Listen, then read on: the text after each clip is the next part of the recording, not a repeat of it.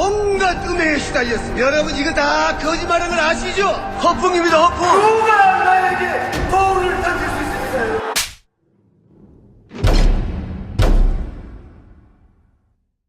고려 생활건강 술술 풀리고 음주전 한포가 당신을 지켜드립니다. 특허받은 천연 유래 성분 숙취 해소제 술술 풀리고를 딴지마켓에서 만나보세요. 확인해 보셨나요? 무색소, 무알콜, 무계면 활성제의 올리덴탈 체크 가글은 쉽게 나온 입안의 이물질을 눈으로 확인할 수 있습니다. 딴지마켓에서 판매 중입니다. 돈이 잘 안 모이네. 재무 설계가 필요하시군요. 당신의 꿈과 목표에 집중합니다. 고민하지 마세요. 지금 두 바보의 재무 설계를 검색하세요.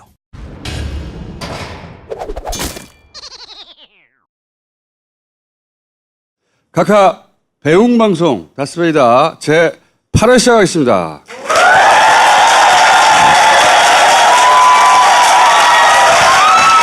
이래봐야 3초 나옵니다. 3초.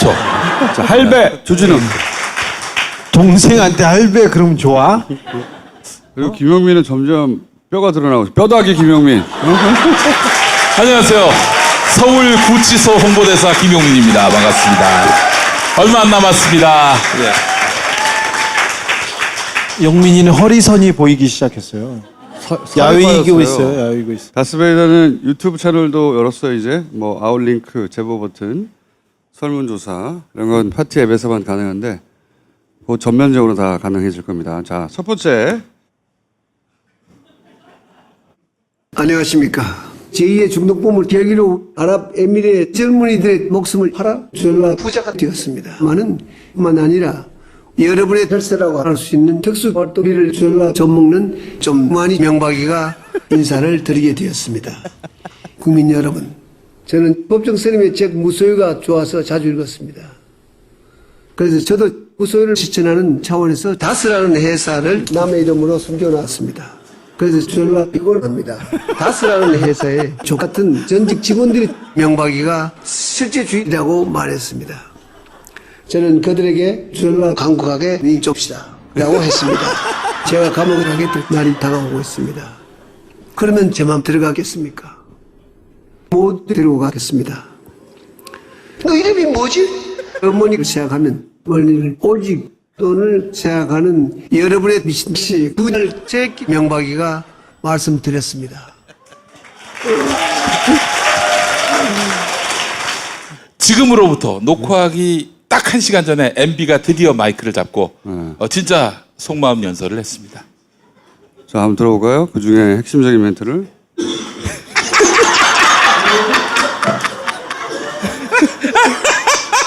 국가를 위해 헌신한 사람들입니다. 저 재임 중 일어난 모든 일의 최종 책임은 저에게 있습니다. 더 이상 국가를 위해 헌신한 공직자들을 짜 맞추기식 수사로 괴롭힐 것이 아니라 나에게 물어달라 하는 것이 저의 오늘의 입장입니다. 네, 5시 반에 삼성동 이명박 전 대통령 사무실에서 기자회견을 했습니다. 어쩔 수 없이 여기까지 끌려 나왔는데 박근혜 대통령 생각나죠? 박근혜 대통령 첫 번째 기자회견 있잖아요. 최순실을 인정한 그 기자회견이 이건 정치적 자살이다. 여기서부터 되돌릴 수 없다. 제가 그랬었거든요. 이 기자회견은 안 했어야 해요. 네, 이 기자회견은 지금쯤 김백준 지갑을 지키던 사람이 잡혀갔잖아요. 그러니까 여기까지 찼거든요. 그러면 기자회견 한다 그러면 사람들의 기대치가 이제 드디어 반격이 시작된다. 전쟁을 치르겠다고 했지 않습니까? 전쟁이 선언되는구나. 이런 기대치를 가지고 뭔가 있겠지. 아무것도 없어. 아무것도 없다는 걸 지금 드러낸 기자회견이에요. 사실 가만 안 있겠다고 계속 얘기했는데 제가 이명박 주변 사람들 만나서 얘기 들어봤는데 뭐 할 게 없어가지고 가만히 있지 않겠다. 가만히 있지 않겠다는 말이 가만히 있지 않은 걸 전부예요. 네. 그 현장에 갔었거든요. 근데 기자회견이라고 해야 되는데 기자가 못 들어가요. 기자가 못 들어갔어. 카메라하고 뭐 사진 찍고 카메라 이제 영상하는 팀만 거의 들어가고 질문 안 받는다는 거지. 대통령이 시정 잡배도 아니고 지금 팬 기자 한 명만 가지고 이게 무슨 기자회견이야. 기자회견장에 기자들 못 들어오게 해가지고 한 사람밖에 배정이 안 돼가지고 못 갔어요. 방송 기자 2명인가 하고 팬 기자는 한 명만 들어가는 거예요. 모든 신문에서. 그래서 제가 늦게 들어가서 그냥 밀어 제껴가지고 야 나도 10년 기다렸잖아 해서 막 읍소를 해서 겨우 가위바위보 했거든요. 수습 기자한테 떨어졌어요. 기자한테 졌는데 그 기자들이 서너 명이 이제 바다 적으로 들어갔고 기자회견문이 나왔었어요. 근데 그 입장에서 변하지 않았는데 그 콜록콜록은 없을 거 아니야. 군인 군대 안 갔다 오셨습니까?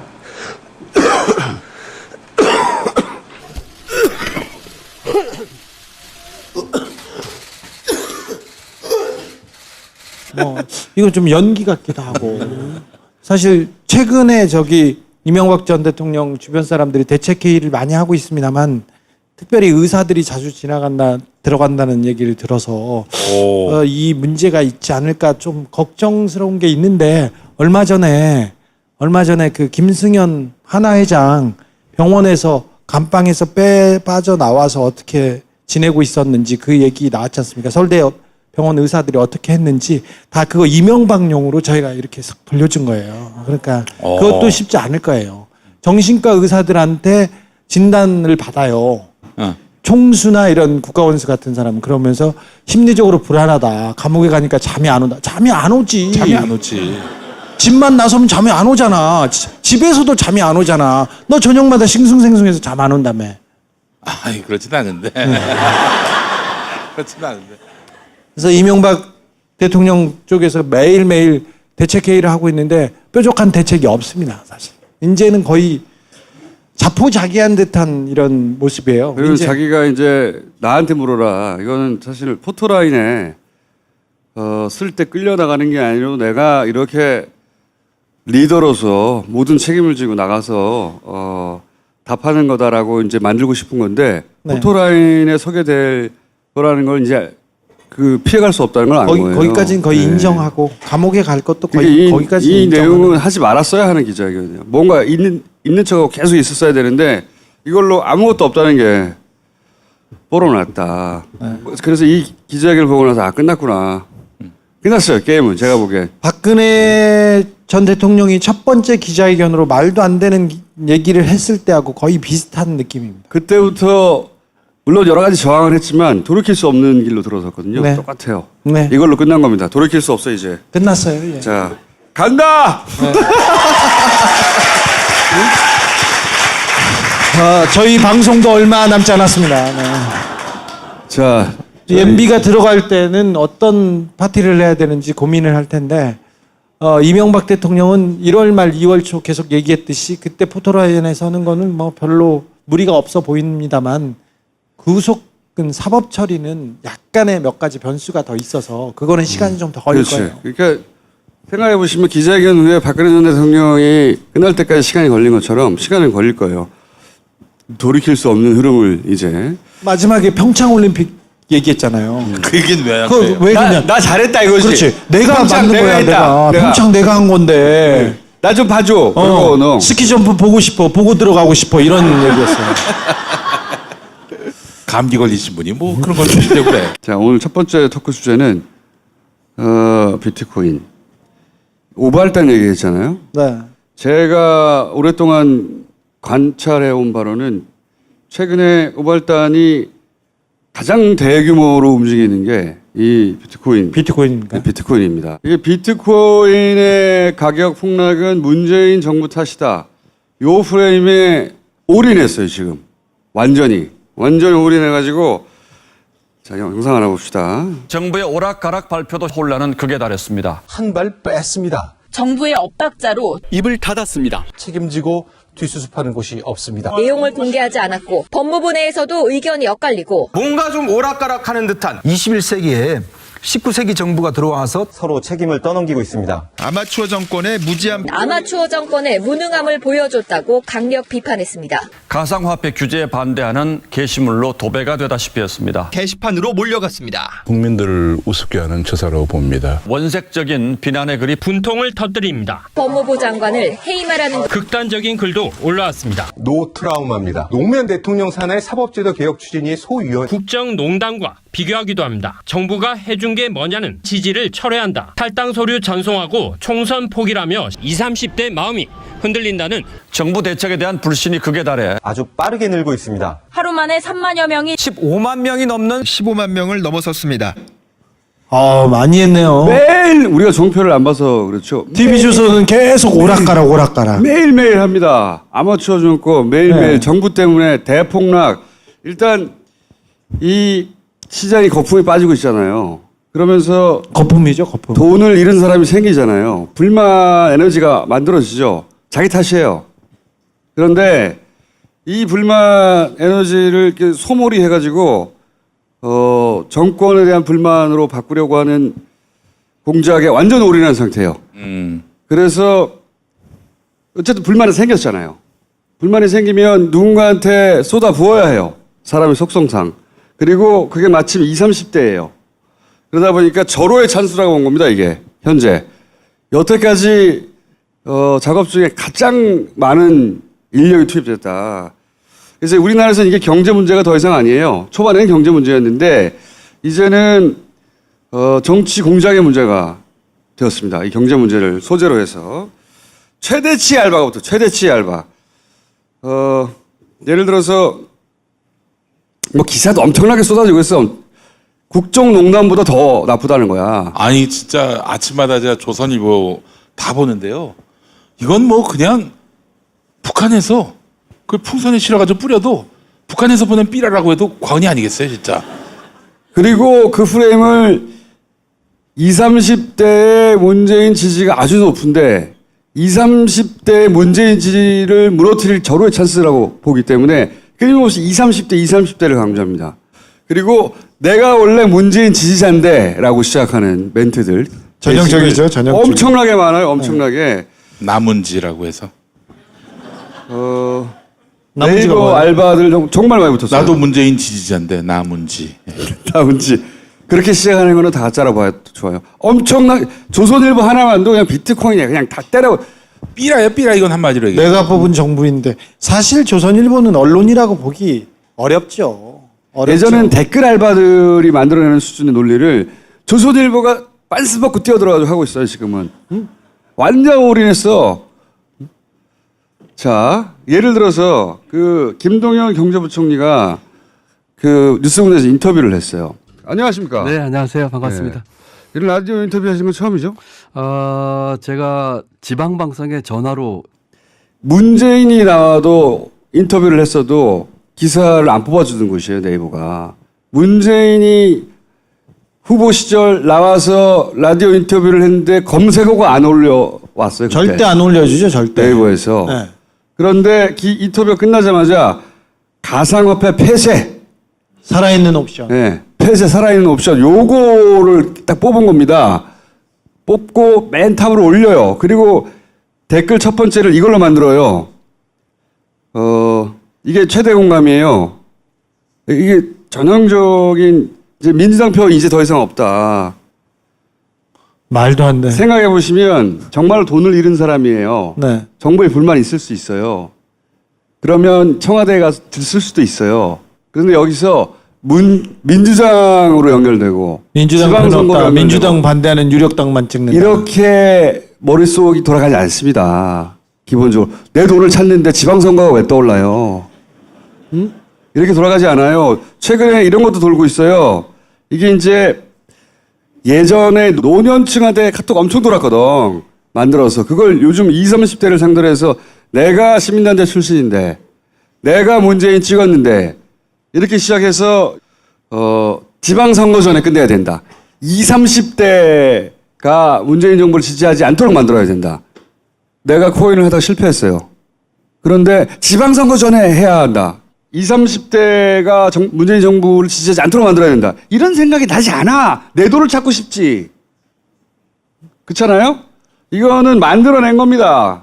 이게 선수가 붙어가지고 쭉 읽어보면 행동 강령들이 쫙 나와 있어요. 여기에 소위 이제 청원 게시판에 달려가서 어떻게 하라도 있고, 국민청원을 잘 이용해야 한다. 문재인 대통령 행사에 가야 된다. 법적으로도 어떻게 해야 되고, 지방선거에서 민정 죽일 수 있다는 거 인지시켜야 된다. 재산권 침해하면 안 된다. 여당, 야당의 소스를 야당 언론에 소스 제공해야 된다. 제법 진짜 계획을 잘 짰네. 네, 팔을 키워야, 이거는 선수가 한 겁니다. 선수가. 요렇게 하라고, 어떻게 해야 할지를 모르는 불만이 있을 경우 니는 이렇게 하라고. 저거 너무 웃기다. 단 유시민은 토론자에서 제외시켜야 한다.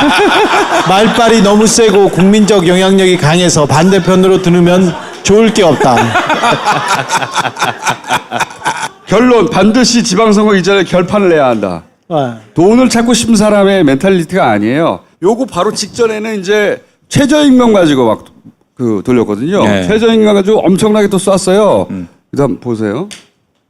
벌써 해고의 칼바람이 시작됐다고 합니다. 부총리도 달리 할 말이 없습니다. 근무 여건이 열악해진 겁니다. 인건비를 아끼려고 악화된 업무 환경으로 고용 불안을 먼저 체감하고 있습니다. 임금과 복지 수준도 낮아질 것이라 우려합니다. 갖가지 편법이 판치고 있습니다. 알바생들은 한숨만 나옵니다. 최저시급으로 인한 어려움을 호소하고 있습니다. 지원책은 도움이 안 된다고 풍선 효과가 나타나고 있습니다. 근무 시간 쪼개기를 택하고 있습니다. 일부 불성실한 알바생들의 태도 역시 시간제 근로자로 채우고 있습니다. 시비가 벌어지고 충돌도 빚어지고 있습니다. 소비자 부담이 가중될 서민 물가가 들썩입니다. 500원, 1,000원씩 오르고 있습니다. 물가 상승과 일자리 감소라는 반시장적이라는 7,530원. 곳곳에서 아우성이 터져 나오고 있고요. 범죄자로까지 몰려고 한다는 자영업자들이 반발하고 있습니다. 가뜩이나 인건비 상승으로 힘든데 너무 가혹하다며 가혹한 처사라고 반발합니다. 이게 신문에 나온 내용들이 다 이렇게 종편으로 그러니까 화면으로 만들어지네요. 신문에 내고 종편에 내고 종편에 낸 다음에 신문에 내고 그다음에 자유한국당이 떠들고 이 패턴 계속 돌리고 있어요. 사실 아까 비트코인 얘기 마무리하면 비트코인은 지방선거면 지금 몇 개월 남았어요. 5개월 남았어요. 코인이 왔다 갔다 하는 그 속도 기준을 보자면 그건 100년 뒤나 마찬가지예요. 정말 코인에 투자해가지고 내 돈을 지금 언제 빼냐 고민하는 사람들한테 지방선거는 관심도 없는 내용이에요. 이게 나올 수가 없는 거예요. 선수가 맞는 게 틀림없고 이것도 마찬가지예요. 이것도 끊임없이 자영업자 구분을 이 정부의 지지층으로 또 분리시키려고 하는 20, 30대를 분리시키려고 하는 거고 예전에 작전하고 차이가 있다면 예전에는 이슈 하나를 정해가지고 막 그걸 때렸거든요. 요즘은 그렇게 해서 안 됐잖아. 조금 2, 3% 떨어진가 하다가 또 올라와. 미쳐버리겠거든. 요즘은 동시다발로 때립니다. 그래서 조선일보하고 중앙일보도 마찬가지. 중앙일보 보면 문재인 정부 욕으로 다 도배돼 있어요. 나라가 망했어 이미 우리는. 완전히. 근데 그걸 너무 많이 쏟아내다 보니까 논리가 점점 떨어지잖아. 쓸 것도 없고. 그래서 예전엔 댓글 알바나 하던 수준의 논리를 가지고 이 조선일보하고 중앙일보 빤스를 벗고 뛰어들었어요. 선수로 완전히. 걔네가 댓글 알바예요 이젠. 응? 완전히. 그 정도 수준으로 동시다발을 내고 있는데 최근에는 이거하고 이제 부동산하고 그 다음에 또 하나 붙은 것은 이제 그 단일팀. 커뮤니티나 트위터나 알바 엄청 붙었어요 지금. 엄청 붙었다. 그리고 그 끝에는 네이버가 있습니다. 네. 네이버가 그 끝에서 네이버는 가장 해로운 언론입니다. 제가 10년 가까이 관찰한 바로는 상주한다 누가. 이거는 네이버의 일개 직원이 이렇게 정교하게 판단해서 일사불란하게 맞출 수가 없어요. 누가 상주한다고 저는 봅니다. 예, 누가 상주하고 5년은 생각보다 길어요. 예, 각하 보내고 예, 반드시 그 정체가 드러나는 국면이 올 것이다. 언론과 네이버에 대해서는 분명히 이명박 대통령이 지나가면 가장 큰 악은 재벌과 언론이 될 것인데 특별히 언론에 대한 관심을 놓지 말아야 됩니다. 네이버가 하여튼 정점에 있습니다. 왜냐하면 개별 언론사들의 영향력이 과거하고는 비교할 수 없이 떨어졌기 때문에 이제는 뭐 신문을 보지 않지 않습니까? 거기 사이트에 들어가서 보지 않아요? 조선일보 사이트에. 20, 30대는 그 종편을 안 보거든요. 포털에서 보잖아요. 포털로 시작하잖아요, 핸드폰을. 네이버에서. 네, 네이버가 정점이에요. 그 정점 이렇게 정교하게 맞물려 돌아가는데 댓글 알바들하고 이 정부에서도 네이버와 언론에 대한 규제나 뭐 제재가 전혀 안 되고 있어서 이 부분에 대해서는 용민이 네가 좀 열심히 해야 되겠다. 아 제가요? 지브랄 같은 거 좀 열심히 해주고 심령을 다 바쳐서 반드시 바로 잡겠습니다. 예. 저는 상주한다고 최근에 더더욱이 확신합니다. 누가 상주한다. 네이버 내부 직원으로 이렇게 일사불란할 수가 없다. 절대. 그렇게 보고요. 그 전략이 바꿨다. 한 군데를 집중하는 게 아니라 정신없이 여러 개를 동시다발로 때린다. 그중에 최근엔 비트코인의 활약을 총집중하고 있고. 근데 지지율이라는 거는 어찌 보면 모래 위에 지은 집 같아서요. 지지율이 높은데 언제든지 흔들릴 수 있어요. 그 기회를 보려고 마구 던지는 거예요. 하나만 걸리라고 그냥 계속 난사하는 거 아니에요? 난사하는 거예요. 수준은 낮추고 대신 물량은 느리고 그리고 알바들은 극성으로 뛰어들고 네이버도 아주 보조를 척척 맞추고 있어요. TV조선은 이제 방송사 승인, 재승인 심사가 이제 2월, 3월쯤 되거든요. 이대로 계속 TV조선을 존속시켜야 될지 제가 물어보겠습니다. 어디다 물어보려고? 제 어머니한테 한번 물어보겠습니다. 어머니는 항상 저에게 바른 길을 제시해 주셨습니다. 기도해서 알려주신다고 그러시죠? 예. 방언지도로. 자, 여러분.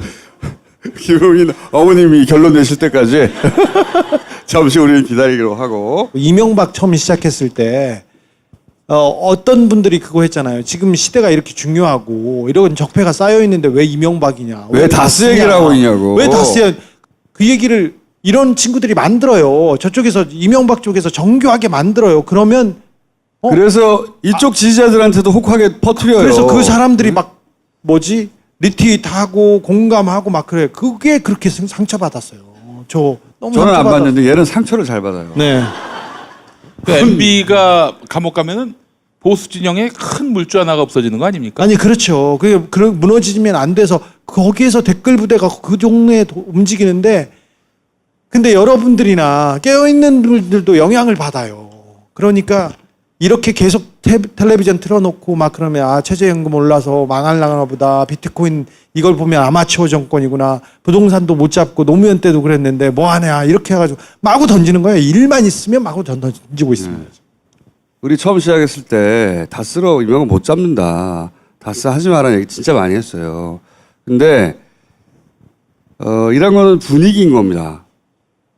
이 모든 것은 결국은 다스가 깔아준 거예요. 결국 저렇게 해서 각하가 거짓말해온 게 드러날 것 같다고 믿기 시작하는 순간 사람들은 이제 이명박이 진짜 갈 것 같다. 그 분위기에 영향 다 받아요. 검찰도 받고 다. 다스는 굉장히 중요한 거였고 예언서와 같은 것도 이 다스베이다는 여기 나온 내용이 일주일 빠른 뉴스. 네. 일주일이 뭐야? 한 달. 심지어 막 2달, 3달 빠른 뉴스였어요. 사실 우리 주진우 기자가 작년 8월에 MB가 국정원 특수활동비 받았다. 그 돈이 캐나다, 미국 갔다. 이 얘기를 했을 때 아무도 안 믿었지. 감당할 수 있는 얘기라는 건가? 저도 그런 생각을 했는데 그것 때문에 지금 MB가 감옥 가게 됐잖아요. 그것 때문만은 아니나 더 남았어. 더 남았어요.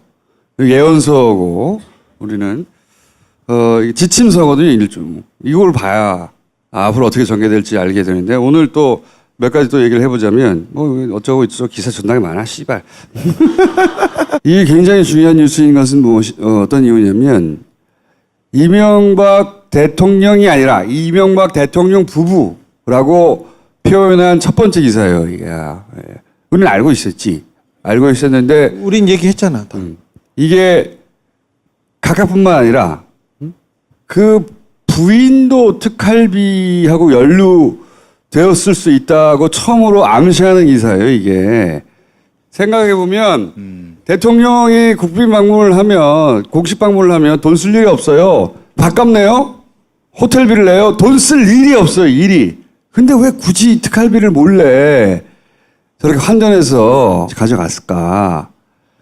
요 돈은 각하가 쓴 게 아닙니다. 제가 보기엔. 저는 이런 유사한 얘기를 파리에 갔을 때, 당시, 여사가 쇼핑 참 좋아해, 종수. 진짜 좋아요.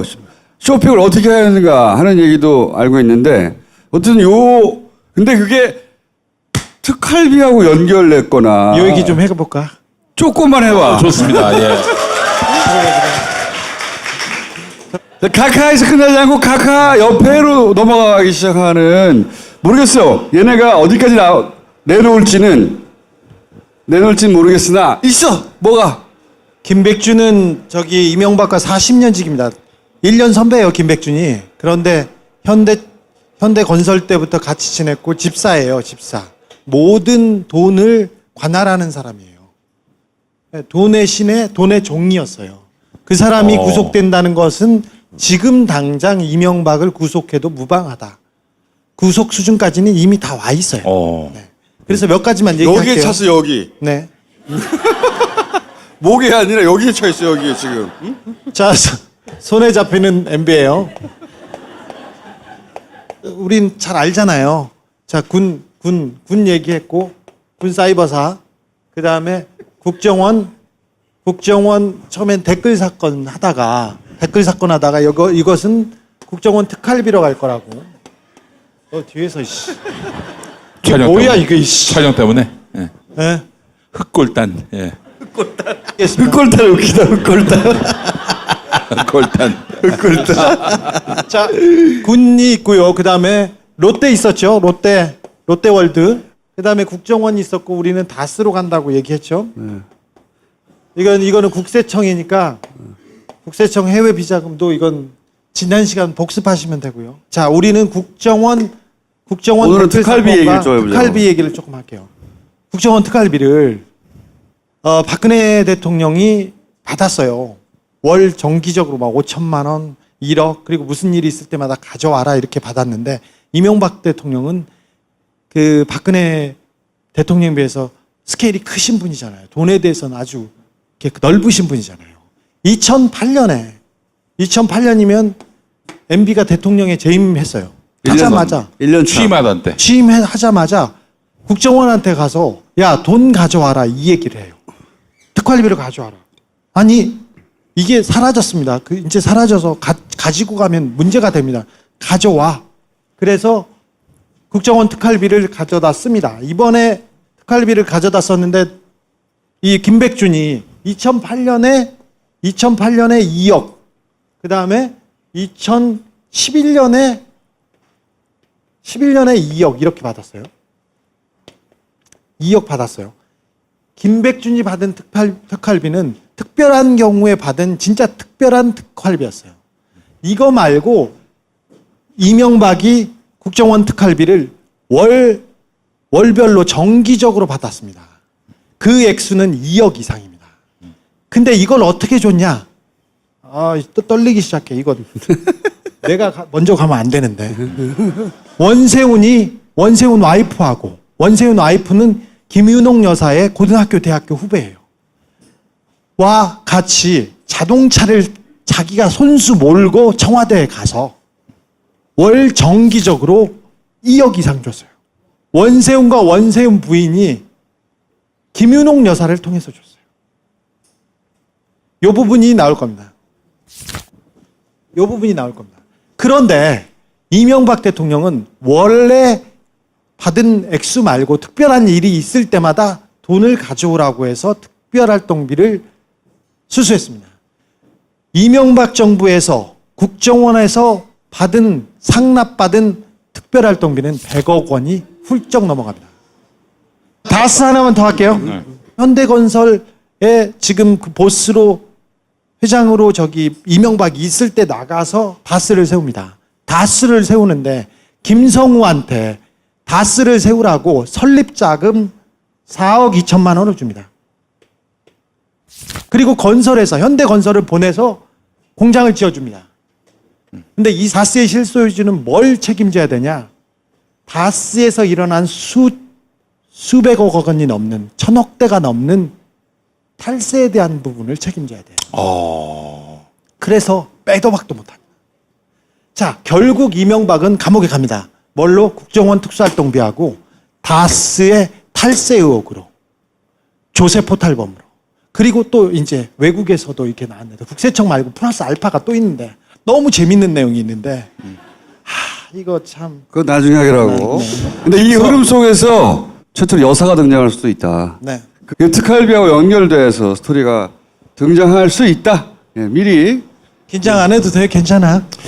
김성우 전 사장은 지난번 김종백 씨가 얘기했던 이상은 회장한테 왜 400만 원 넘게 쓰냐고 막 다그치고, 또 그래서 그거에 대해서 김종백 씨가 왜 그러냐고 했을 때 귓방망이를 때리려고 했던 그 김성우 씨죠? 네, 맞습니다. 예. 제가 김성우라는 사람 이름을 언급한 게 있나? 왜냐면 이 속마음 연설 그 클립으로 쓰기 위해서 찾아봤는데 한마디도 안 했어요. 한마디도. 모르는 사람이라고 했어요. 이명박 대통령이 다스 다스의 임원인 사장인 김성무와 권승우 다 현대건설 사람이지 않습니까? 그러니까 아니 이명박 대통령이 아유 현대건설에 직원이 얼마나 많은데 내가 어떻게 알아 이런 식으로. 당신 아는 사장이었고 김성우 이런 사람들은 말단 사원이었는데 내가 어떻게 걔네들 알 수 있겠느냐라는 식으로 예전에 아니, 이명박은 말이죠. 단 한 번도 작은 혐의라도 인정한 적이 없어요. 전면적으로 처음부터까지 다 부인해요. 다. 아주 작은 것조차. 다스라는 이름도 말이죠. 이번에 그 클립에서 보셨지만은 다스라는 회사, 이게 거의 MB가 다스를 언급한 유일한 클립일 거예요. 그럴 정도로 자기에게 뭔가 이게 책 잡힐 일이라도 조금이라도 있으면은 언급조차 안 하는 아주 치밀함을 보이고 있어요. 저것까지는 거짓말 필요 없지 않나 하는 것도 다 거짓말해요. 네. 다.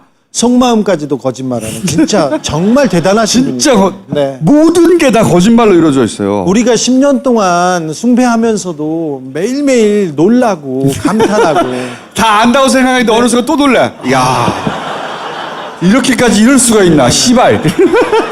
하지 말아야 돼. 거짓말. 밑에 참모들이 대응을 못하는 게 일단 참모들한테도 거짓말하니까 뭘 알아야 대응을 하지. 씨발. 거짓말해서 막 아니다 했는데 그 다음날 삑 나오고 기사로 대응이 안 돼요. 기본적으로 가게 돼 있어요. 가게 돼 있고 오늘 저 기자회견을 갔구나 끝났구나. 자, 저희 얘기는 여기까지 하고 지금 저 주진우 기자가 저보고 시부랄이라고 해야 돼. 너 뭐 하고 있어? 맞아. 너 할 일을 왜 안 해? 이 새끼 뭐 하고 있어? 시부랄. 중간중간 자연스럽게 해줘. 알겠습니다. 너무 팩트에 함몰하다 보니까 제가 시부랄을 해야 되는데 못했습니다. 아무튼 아까 얘기한 내용이 구속영장 청구될 때쯤 이렇게 드러날 거예요. 참 저는 쭉 그 클립을 들어보면서 이명박이라는 사람은 우리가 생각하는 것처럼 그게 가볍고 경박한 사람이 아니라 범죄에 있어서는 정말 치밀한 사람이다라는 걸 제가 매번 놀랍니다. 아주 작아서 거짓말 할 필요 없는 것조차 거짓말해요. 예. 저것까지 거짓말 필요는 없잖아. 이런 것도 다 일일이 다 거짓말해요. 사실이 나오면 놀래나 봐 자기 스스로. 아까 그 기침도 거짓말이었을 것 같아요. 진짜 깜짝깜짝 놀라요. 막 기사 보면 옛날 자료들 어떻게 이거까지 다 거짓말 해놨지? 다 거짓말이에요 다. 인생 전체가 씨발. 이명박 집안의 가훈이 정직입니다. 네. 한 곳에서 다 즐겨라. 다양한 스포츠와 체험을 한 곳에서.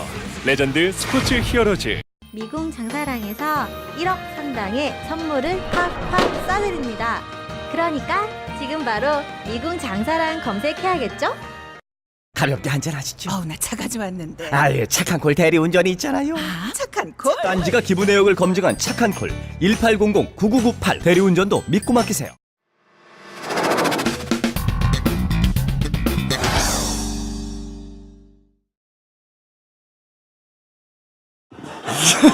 자, 오늘 모실 분은 저희가 이제 예언서잖아요. 보통 짧게는 일주일, 길면 한 2달 전쯤에 얘기한 거 다 이제 단독으로 나오고 이제 검찰 발표로 나오는데, 오늘도 꼭 해둬야 하는 얘기 중에 하나다. 이게 롯데 오늘 전문가를 모십니다. 네. 김용진 교수님을 모시겠습니다.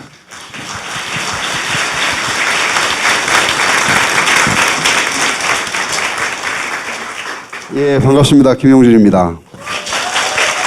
자, 현직 교수님이세요. 네, 그리고 MBA 비용이라는 책 지난번에 한번 소개드렸죠. 공저자시고 굉장히 지책이 많으세요. 지식경제부 지식서비스 정책자문위원부터 시작해가지고 엄청나게 많은 직책이 있던 다 빼버렸어요. 오늘은 롯데에 집중해서 얘기하실 거죠? 이명박 대통령이 당선이 됐을 때 조각을 어디서 했습니까? 당선인 시절에. 여기서 했어요, 여기서. 여기가 작은 청와대라고 불렸답니다. 아, 이상득 회장도 사무실이 여기 있어요. 사무실. 네, 그 있죠. 입장료가 1억이라는 얘기 했던데. 네.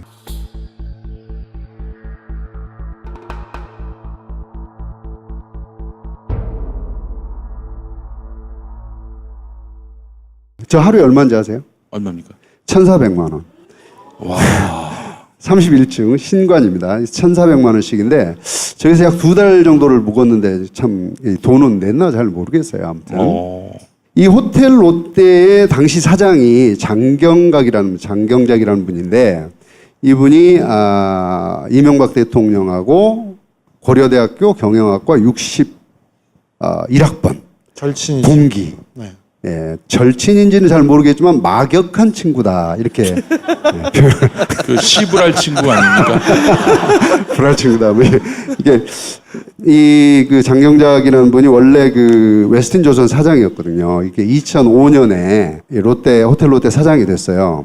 그러다가 2008년 2월에 그러니까 우리 이명박 대통령께서 각하께서 취임을 하시면서 총괄사장이라는 지위를 부여받습니다. 총괄사장은 호텔 롯데 면세점 그리고 롯데월드를 관할하는 사장인데 새로 만든 거예요. 자, 그리고 어떤 일이 벌어졌느냐. 국내외 수반들이 오면 행사를 하잖아요. 그거를 호텔 롯데에서 모두 다 합니다. 모든 행사가 거기다 이루어지고요. 국가 주요 행사 다 거기서 이루어집니다. 여기서 이제 이명박 시절을 잠깐 전체적으로 한번 훑어보면 2008년부터 2012년까지를 보시면 롯데가 자산총액이 49조에서 96조 그리고 46개 계열사에다가 72개 계열사로 드러납니다. 물론 M&A를 많이 합니다. 26개를 M&A를 하게 되는데 자, 그 다음에 중요한 거 이 기부금. 보통 롯데가 이 노무현 대통령 시절에 냈던 기부금이 190억에서 210억입니다. 여러분 혹시 그 거화치실이라는 거 아시나요? 거화치실. 화려함을 버리고 실을 취한다. 이게 롯데의 정신이에요. 짜지요, 짜. 어떻게 하셨어요? 짜죠. 완전 짜돌이. 네. 완전 짜돌인데 절대로 1% 영업이익 1% 이상을 기부금을 낸 적이 없어요. 자, 그런데 2009년에 392억입니다. 200억이 늘어났죠, 기부금이. 2009년에 무슨 일이 있었죠? 롯데 타워가 승인이 되는 해입니다. 제2롯데월드. 이때부터 지금 늘어나기 시작을 하죠. 이제 쭉 늘어납니다. 그래서 2012년 500억 늘어났다가 2013년 박근혜가 대통령이 되고 나서 다시 190억대로 떨어집니다. 예, 보시면 뭐 재미있죠? 어떻게 성장을 했는지 보이시죠? 이 기부금은 어디에 기부했다는 겁니까? 이명박과 관련된 재단이나 아니면 뭐 그런 단체에 냈을 거 아니에요. 그런 행사나 그런 뭐 데는 그것도 건가요? 있겠고요. 네. 뭐 어쨌든 출연도 주연되는 했겠고. 기부금이 그때 대폭 늘었다. 예. 자, 그래서 이제 요 전체적인 성장 스토리를 보면 2004년부터 2015년까지 신동빈 롯데 회장이 한 M&A가 35개입니다. 그런데 2008년부터 2013년까지가 26건이에요. 그 이제 주요 건수를 보면 해외에서 롯데홈쇼핑이 중국의 럭키파이를 인수한 거 9건, 나머지는 다 주요 국내 M&A인데 롯데칠성음료가 두산 주류를 인수합병합니다. 요거는 조금 이따 다시 한번 왜 롯데가 맥주 시장에 진출하려고 있는가를 설명을 할 때 이제 말씀을 드릴 거고요. 롯데 면세점이 AK 면세점을 인수를 했습니다. 이러면서 롯데 면세점의 이 시장 점유율이 52%까지 올라가게 되죠. 그리고 롯데쇼핑이 GS 리테일의 백화점 마트 부분을 인수하면서 백화점계 1위가 됩니다. 그리고 롯데쇼핑이 하이마트를 인수하죠. 이게 지금 주요한 M&A들입니다. 네. 이러면서 회사는 급격하게 성장을 합니다. 그때 이렇게 다들 합쳤군요. 그 동네에 GS마트가 롯데마트로 바뀌어가지고 이게 무슨 일인가 했는데 이런 일이 이때 그런 일이 벌어졌다 이렇게 보시면 됩니다. 굉장히 중요한 문제였어요. 마일리지가 다 날아가가지고. 자, 요거는 많이 들어보셨죠? 네, 제2롯데월드 많이 들어보셨을 텐데 이거는 사실은 롯데한테 그냥 9천억을 통째로 입에다 떠 넣어준 행위였다 이렇게 얘기를 하거든요. 사실 이 서울공항이라는 게 굉장히 중요한 공항이거든요. 예를 들면 전투기, 그다음에 군수 수송기, 정찰기, 통제기 이런 게 날아다니는 거예요. 전쟁 시에. 그러니까 전쟁 시에는 이게 가장 중요한 이 전방에 있는 공항이 되는 겁니다. 만약에 여러분 화생방 공격이 서울에 오죠. 그럼 어떻게 해야 되죠? 중화제를 뿌려야 되잖아요. 이 중화제를 어디서 가져가냐면 여기서 가져가요. 그런데 어떤 문제가 벌어졌느냐? 이게 지금 롯데월드가 높이가 555m잖아요. 롯데타워가. 그래서 원래는 요 축에 이렇게 들어와 있어서 요대로는 못 지으니까. 큰일 나겠네요. 그래서 요거를 3도를 틀어서 이렇게 만든 거란 말이죠. 요렇게 만들면 또 어떤 문제가 생기죠? 얘하고 얘가 각이 좁아지잖아요. 비행기가 이제 두 대가 비상시에는 이제 한 대가 날라오고 뒤에서 이제 받쳐줘야 되는데 두 대가 날라오기 어려워요. 이렇게 되면. 그 다음에 이제 가장 중요한 문제. 자, 이게 이제 원래 선이고 이렇게 돼 있잖아요. 그럼 롯데월드가 여기 있잖아요.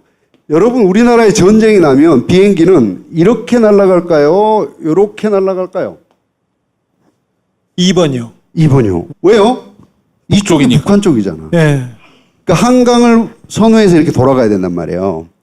그런데 얘가 여기 서 있어.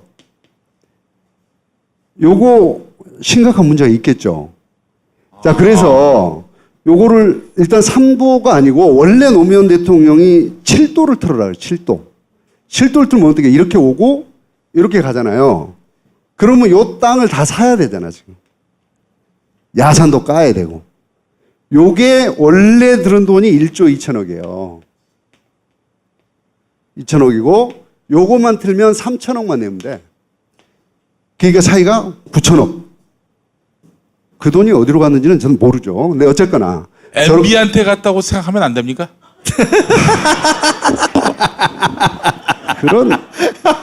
그렇게 어려운 질문을 저한테 하시면 제가 답을 못 하잖아요. 그 다음에 이제 또 다른 이슈가 부산에 지금 그 롯데타운이라는 게 만들어져 있어요. 부산에도. 여기 이제 원래 이제 계획이 107층이거든요. 근데 여기 조감도 보시면 이렇게 올라와 있잖아요.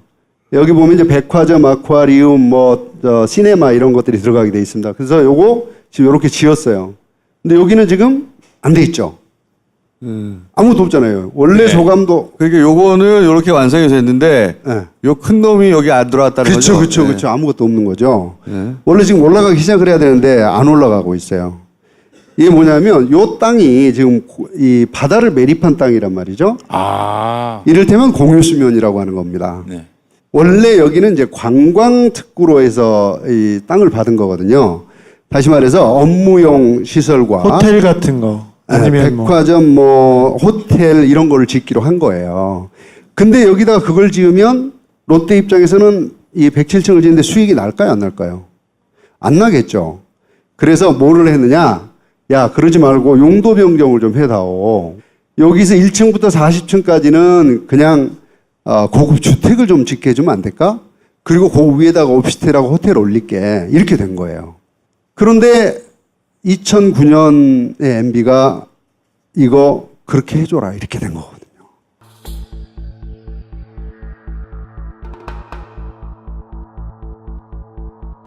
이건 뭐죠? 공유수면이기 때문에 누구 재산이에요?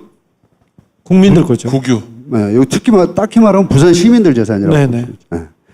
그런데 이게 지금 여기다가 그 허가를 내주면서 여기에 한 900세대가 들어가거든요. 약 이거 1조 2천억 정도 이익이 난다고 봅니다.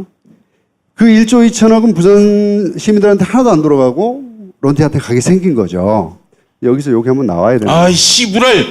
고맙습니다. 여기서 이명박이 해준 게 그러니까 용도 변경인. 용도 변경 해준 거죠.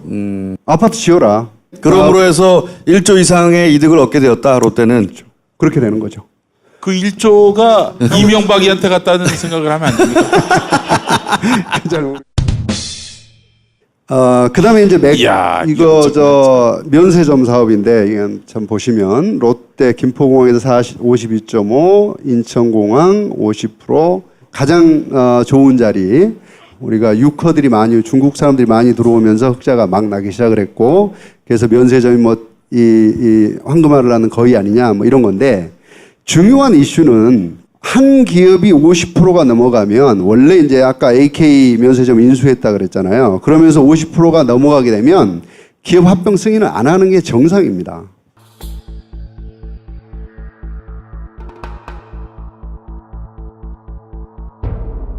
근데 인수합병을 허가를 해준 거죠.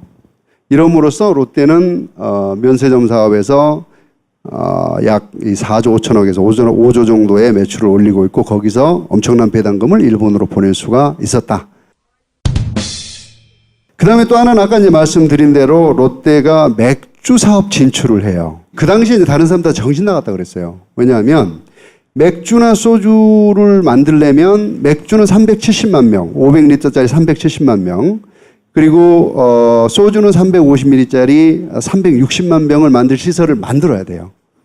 근데 이미 오비 하이트가 다 장악을 하고 있는 시장에 롯데가 그걸 갖고 들어온다 그러면 미쳤다 그러죠. 그런데 다행스럽게 MB가 규제를 완화를 해줍니다. 시설 요건 그렇게 안 해도 돼. 그냥 지어. 이렇게 해준 거예요. 그래서 그냥 지어 이렇게 다정스럽게 다정스럽게 지어. 그냥 쥐어. 그래서 롯데가 여러분들이 잘 아시는 그 맥주를 생산을 하는 공장을 만들어서, 롯데 입장에서는 왜 중요했느냐 하면, 이미 롯데는 아까 두산 샀다 그랬잖아요. 위스키도 만들고 소주도 만들었어요. 음료수도 있고요. 그렇죠. 음료수도 당연히 있고. 맥주 시장을 들어가는 순간 완전히 시너지가 납니다. 그래서 그해 롯데 주식이 214만 원까지 올라갔거든요. 원래 170만 원짜리인데. 그 뭐가 있냐면 식당에 보면, 저는 저기 코카콜라를 좋아해서 코카콜라를 먹고 싶은데 꼭 펩시가 들어와 있어요. 펩시는 저기 칠성 사이다, 그리고 소주, 맥주하고 이렇게 세트로 들어와요. 네. 그래서 그 사람들이 이걸 받지 않으면 다른 걸 못 팔아요. 그렇죠? 그렇죠. 그래서 그런 패키지로 파니까. 거기서 독점. 질문 하나 있습니다, 교수님. 네.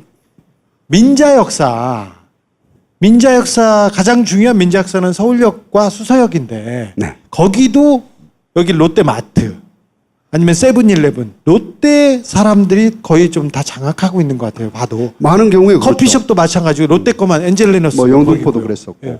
그렇죠. 그러면은 그것도 특혜를 줬나요? 그 이명박 시절에 롯데가 그 이명박과 가까웠다는까지는 알겠어요. 그래서 특혜를 받았다. 그러면 우리 각하는 절대 그냥 해주는 분이 아니거든요. 그러게요. 예, 그런 사례는 우리 이제 이명박 연구가 입장에서는 본 적이 없기 때문에 그러면 어떻게 그걸 돌려받았을까요?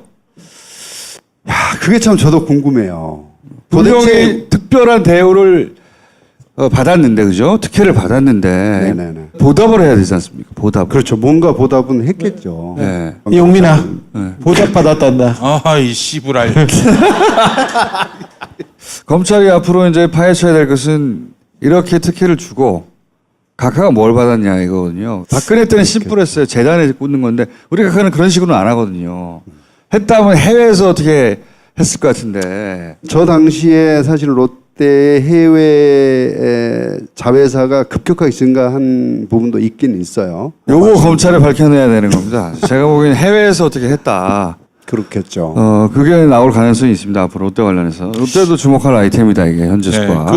그래서 중요 문건을 MB가 롯데에게 특혜를 줘야만 하지 않을 수 없었던 그런 문건을 발견했다는 설도. 청와대에서 문건이 나왔죠. 그래서 수사를 하고 있는데, 그래서 저 신동빈 회장에 대한 수사가 진행되고 있는데 약간 더딘 것은 사실입니다. MB가 꽁으로 해줬을 리는 없을 것이고 뭔가. 그렇죠. 그런 거는 있을 수가 없어요. 각하 사전에. 공짜라는 거는. 공짜라는 게 없지. 절대. 천벌 받아 죽는 줄 알아요. 공짜로 뭐 해주면. 그럴 것 같아요. 근데 사실은 뭐 MB는 굉장히 준비된 대통령이었다라고 말을 할 수가 있는데 첫 해부터. 네, 첫 해부터 굉장히 준비가 잘 돼 있었죠. 나라를 말아먹기 위한 준비가. 완벽하게 해먹었잖아요. 어쨌거나 여기 이 기업뿐만이 아니고 뭐 이석채라는 사람이 KT를 들어가서 무슨 짓을 했는지 여러분들이 들으시면 깜짝 놀라실 텐데 거기는 원래 되면 안 되는 사람이에요. 포스코 얘기도 포스코도 해주셨어요. 마찬가지고 정말 그 괜찮은 기업들을 완벽하게 망가뜨려 놓은. 그러면 다음 시간에는 포스코하고 그러면 KT를 할까요? 뭐 한번 또 해보도록 하죠. 감사합니다. 네. 네.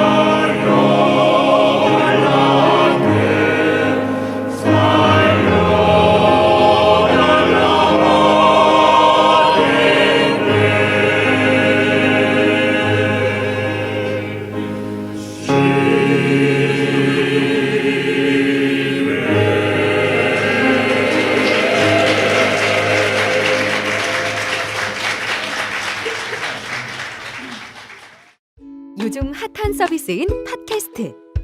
누구나 팟캐스트를 만들고 들을 수 있는 파티를 소개합니다. 그럼 나만의 방송국을 만들어 볼까요?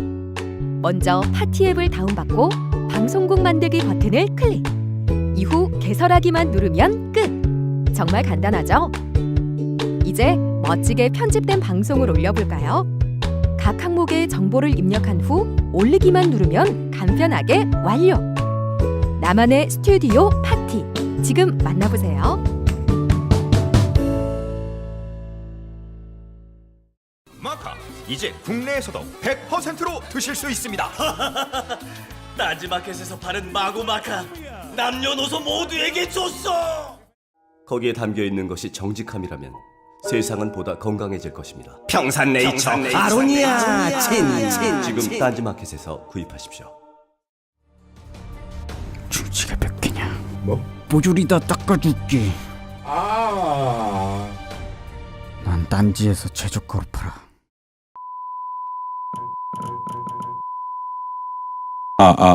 서 계신 분들 많이 가셨네요. 예, 국정원에서 오셨던 분들이었습니다. 자, 그러면은 들어갈까요? 파가 섞여 있는 치킨을 뭐라고 그러죠? 자, 가겠습니다. PPL 시간이 돌아왔습니다. K된 전동 칫솔 케어된이네. 다시 처음부터 다시 해야 되는데 마치 처음 듣는 것처럼 부탁드리겠습니다. 예, 이런 엄청난 실수를 다시 했습니다. 예. PPL 시간이 돌아왔습니다. 케어된 전동 칫솔, 케어된 뭘 케어해준다 해서 케어된이겠죠? 된은 아마 덴탈일 것 같고요. 케어된 전동 칫솔.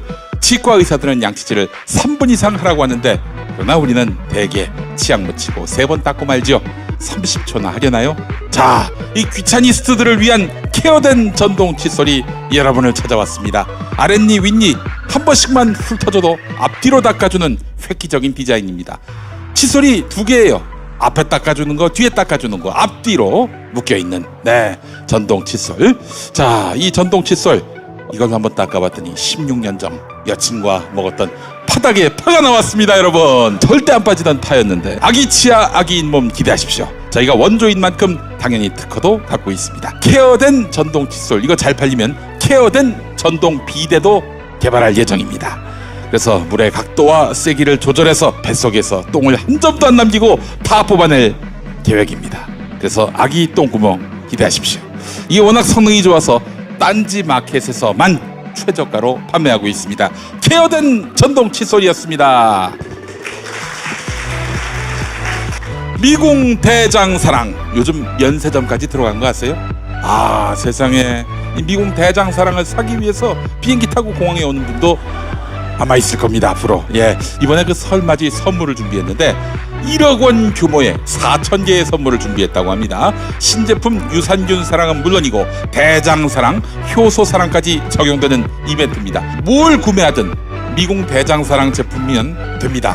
2만 원만 넘으면 선물을 드리는데, 그리고 총 10만 원 이상 구매하시면 추첨을 통해서 매주 한 분께 순금, 황금바, 세상에, 한돈을 드립니다. 황금색 편 많이 보시라고 황금바인데, 사실 기왕 하는 이벤트, 기왕이면 미궁 대장사랑을 드시고 난 다음에 뽑아낸 똥 모양의 황금으로 주조해서 드리려고 했는데, 이 미궁 대장사랑을 통해서 뽑아낸 똥의 크기가 워낙 커가지고 이러다가는 이벤트가 망할 수가 있다, 이벤트와 함께 회사가 망할 수가 있다 해서 황금바로 대신하기로 했습니다. 자세한 이벤트 내용 딴지마켓에서 확인하세요. 2018년 첫 번째 벙커 원 특강 안내입니다. 영화 1987 요즘 화제지요? 자, 역사 특강 누가 하느냐? 이게 관건입니다. 이분 정말 대단한 분입니다. 한국 현대사 박사 1호 서중석 교수님, 벙커에서 오랫동안 모시고 싶었던 분이었는데요. 자, 1987년 6월 항쟁 당시 취재 기자로 현장을 목격하고 기록했고, 1974년 민청학년 사건 때는 사건에 연루돼서 옥고를 치르기도 했습니다. 대한민국에서 한국 현대사 분야로 처음 박사학위를 받은 대사부 서중석 교수가 벙커원에서 2번에 걸쳐 1987 파트 2를 진행합니다. 1강 책상을 탁 치니 억하고 죽었다. 2강은 heb상은 겔렐되었다입니다. 주말에 영화 보시고 월요일에는 벙커원으로 오시면 되겠습니다. 1월 29일, 2월 5일 7시 벙커원 3층입니다. 안 보신 개새끼들, 안 계시죠? 찬양을 해주신 우리 다쌉 장단 단원을 모집합니다. 매주. 왜 웃어요? 웃을 일이야 이게? 아니 왜 웃지? 매주 수요일 6시 반쯤 이곳 서울 충정로 벙커원에 모이시면 됩니다. 노래도 배우고 또 이렇게 MB 감옥 보내는데 일조하시고요. 여러분 즐거운 시간 만드실 수 있습니다. 다스 합창단 매주 수요일 함께 해주시고요. 유튜브에서 다스 합창단 검색하시면 좋은 정보 얻으실 수 있습니다. 여러분의 많은 참여 바랍니다.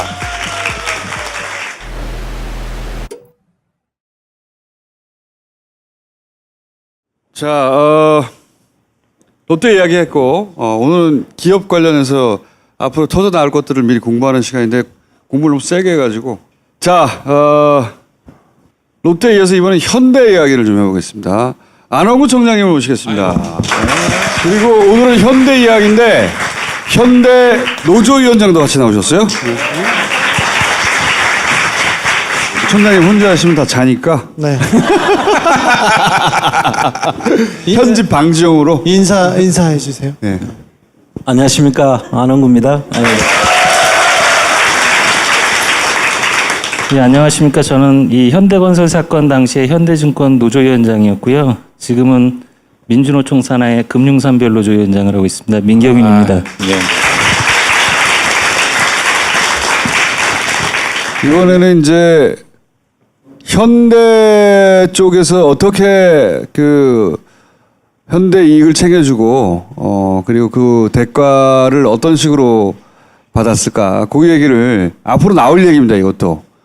근데 이게 밝혀지면 뭐 롯데도 마찬가지지만 박근혜 최순실 구조하고 똑같아지는 거거든요. 예, 그 구조하고 똑같아질 수 있는 사건이 현대에 있어요. 왜냐하면 현대를 봐주고 덕분에 다스에게 이익이 돌아오면 기본적으로 3자 뇌물죄, 이거 3자 뇌물죄가 아니지, 직접 뇌물죄가 되는 거죠, 아예. 예, 대통령의. 그리고 거기서 다스의 실소유주가 각하라는 게 밝혀지면 이제 직접 뇌물죄가 되는 거죠, 완전히. 예, 그런 구조의 사건인데 우리가 잘 모르는 현대 자동차와 현대 건설을 둘러싼 분쟁이 그 가족 내에 있었어요. 근데 그걸 해결해 주면서 어떻게 챙겨 먹었는가, 뭐 요 얘기를 오늘 하려고 합니다. 자, 나의 MB 재산 납사기, 현대건설 매각의 비밀. 예, 제목이 맞네요. 보이지 않는 손. 네.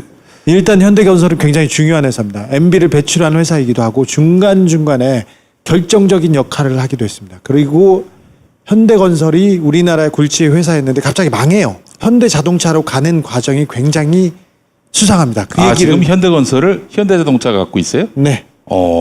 근데 전장님, 현대건설이 망함에 있어서 MB의 역할도 있었습니까? 현대건설이 망할 때는 MB가 그때 아니죠. 아니 어쨌든 예. 그 리스크를 만들어 놓고 그만뒀는지. 그것은 제가 확인을 안 해봤는데. 이거 무슨 일이야 이런. 그렇지. 고품격 질문을. 잘하고 있어 너. 네. 그 현대건설은 여기서 중요한 것은 현대건설로 인해서 정주영 회장이 오늘날의 범현대가를 이루었죠. 예. 그래서 정주영 현대가에서는 이 현대건설은 거의 모태 기업입니다. 그래서 엄청나게 중요한 기업이었고, 예. 그래서 그 형제들 옛날에 기억나실지 모르겠는데 형제의 난이라고 있었습니다. 그 당시에 정몽구와 정몽헌 형제들이 주도권을 누가 지느냐, 현대건설을 가져가는 사람이 주도권 적장자가 된다. 그래가지고 그때 한참 여러분들이 아마 기억하시는 분은 할 텐데, 그래서 그때 정몽헌 회장한테 현대건설이 갔고, 그리고는 정몽구 회장한테는 자동차 그룹, 그 다음에 정몽준 회장한테는 중공업, 그리고 나머지 현대상선, 건설, 그 다음에 대북 사업을 하는 아산, 다 이게 몽헌 회장한테 하죠. 그렇죠. 근데 지금 오늘 제가 말씀드리고자 하는 것은 이게 이명박 이제 실소유주가 거의 밝혀졌지 않습니까? 한 98% 정도 갔다고 보는데 저는. 그런데 지금 그 현대 실소유주를 밝히는 것도 물론 밝히는 데 도움이 되지만, 그 다음에 이제 우리가 보통 검토할 때 히니시브로라 그러잖아요. 마지막에 우아하게 한 방을 먹일 수 있는 것이 이 사건이다. 그래서 이 내용으로 아까 김총수가 이야기했지만 바로 뭐 꼬링까지 가능하다. 그렇게 저는 보고 있습니다. 그래서 요걸 조금 제가 잠이 올 테니까 제가 일어서서 할게요. 벌써 진짜 잠자기에는 최적화된 목소리였어요. 사모님이 그렇게 좋아하시겠어. 여기는 천둥 번개도 없어. 그래서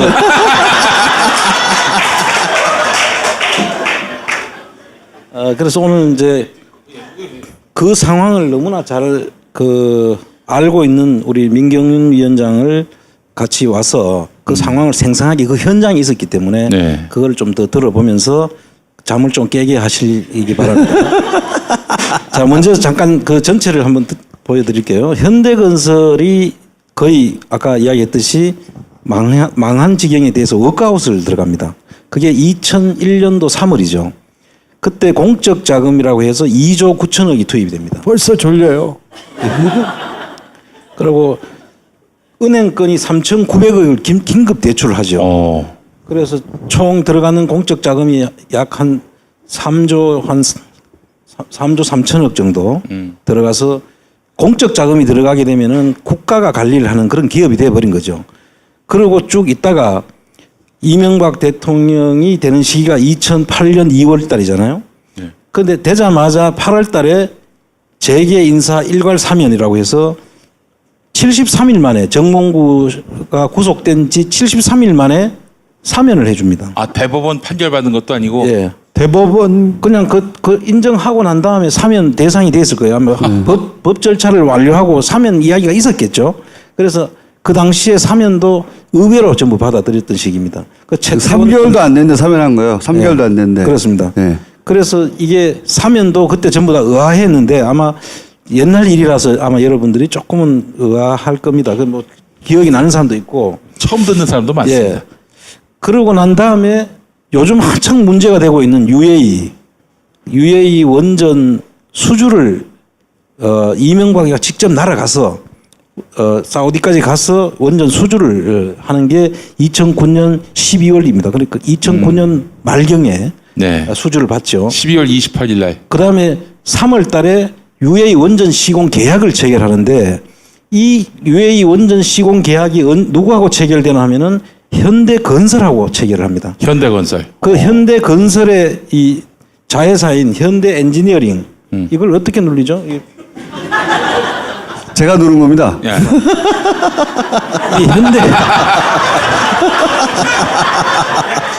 이 현대엔지니어링이 원전 기술을 보유하고 있거든요. 그래서 이 현대엔지니어링이 현대건설 자회사니까 현대원전 엔지니어링이 수주를 받을 수 있도록 이미 그러니까 이때는 공적 자금이 투입된 현대건설입니다. 아직까지도 관리가 되고 있던 아주 안 넘어간 상태에서 갔기 때문에 원전 수주의 시공사로 들어가는 순간부터 이 현대 엔지니어링은 엄청난 좋은 기업이 돼 있죠. 50몇 조의 그 시공권을 가져가는 것이니까.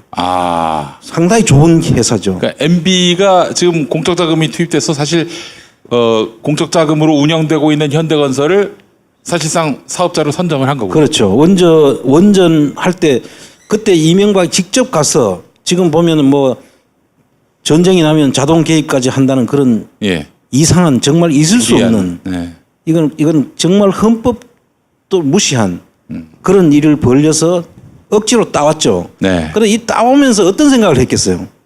나도 먹어야지.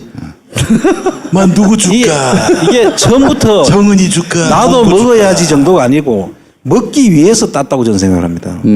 그런 일이 아니면 아예 그렇게 멀리 날아가서 할 사람이 아니거든요. 정확한 지적이십니다. 그래서 이 현대 엔지니어링을 포함한 현대건설의 시공권을 줘가지고 있는 상태에서 이거를 어떻게 그냥 받을 수는 없잖아요. 그럼 나하고 어떤 관계가 있는 사람한테 줄까? 고민했다고 저는 생각합니다. 맞습니까? 맞습니까? 그래서 이 고민을 한 끝에 그럼 현대건설과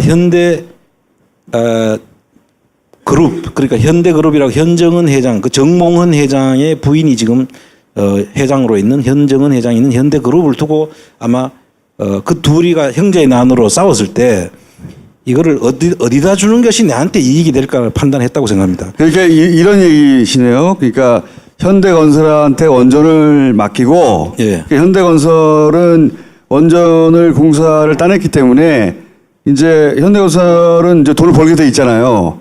그런데 그 당시에 현대건설을 그러면 현대자동차에 주느냐, 현대그룹에 주느냐. 그렇죠. 요 두 개를 가지고 저울질을 했다.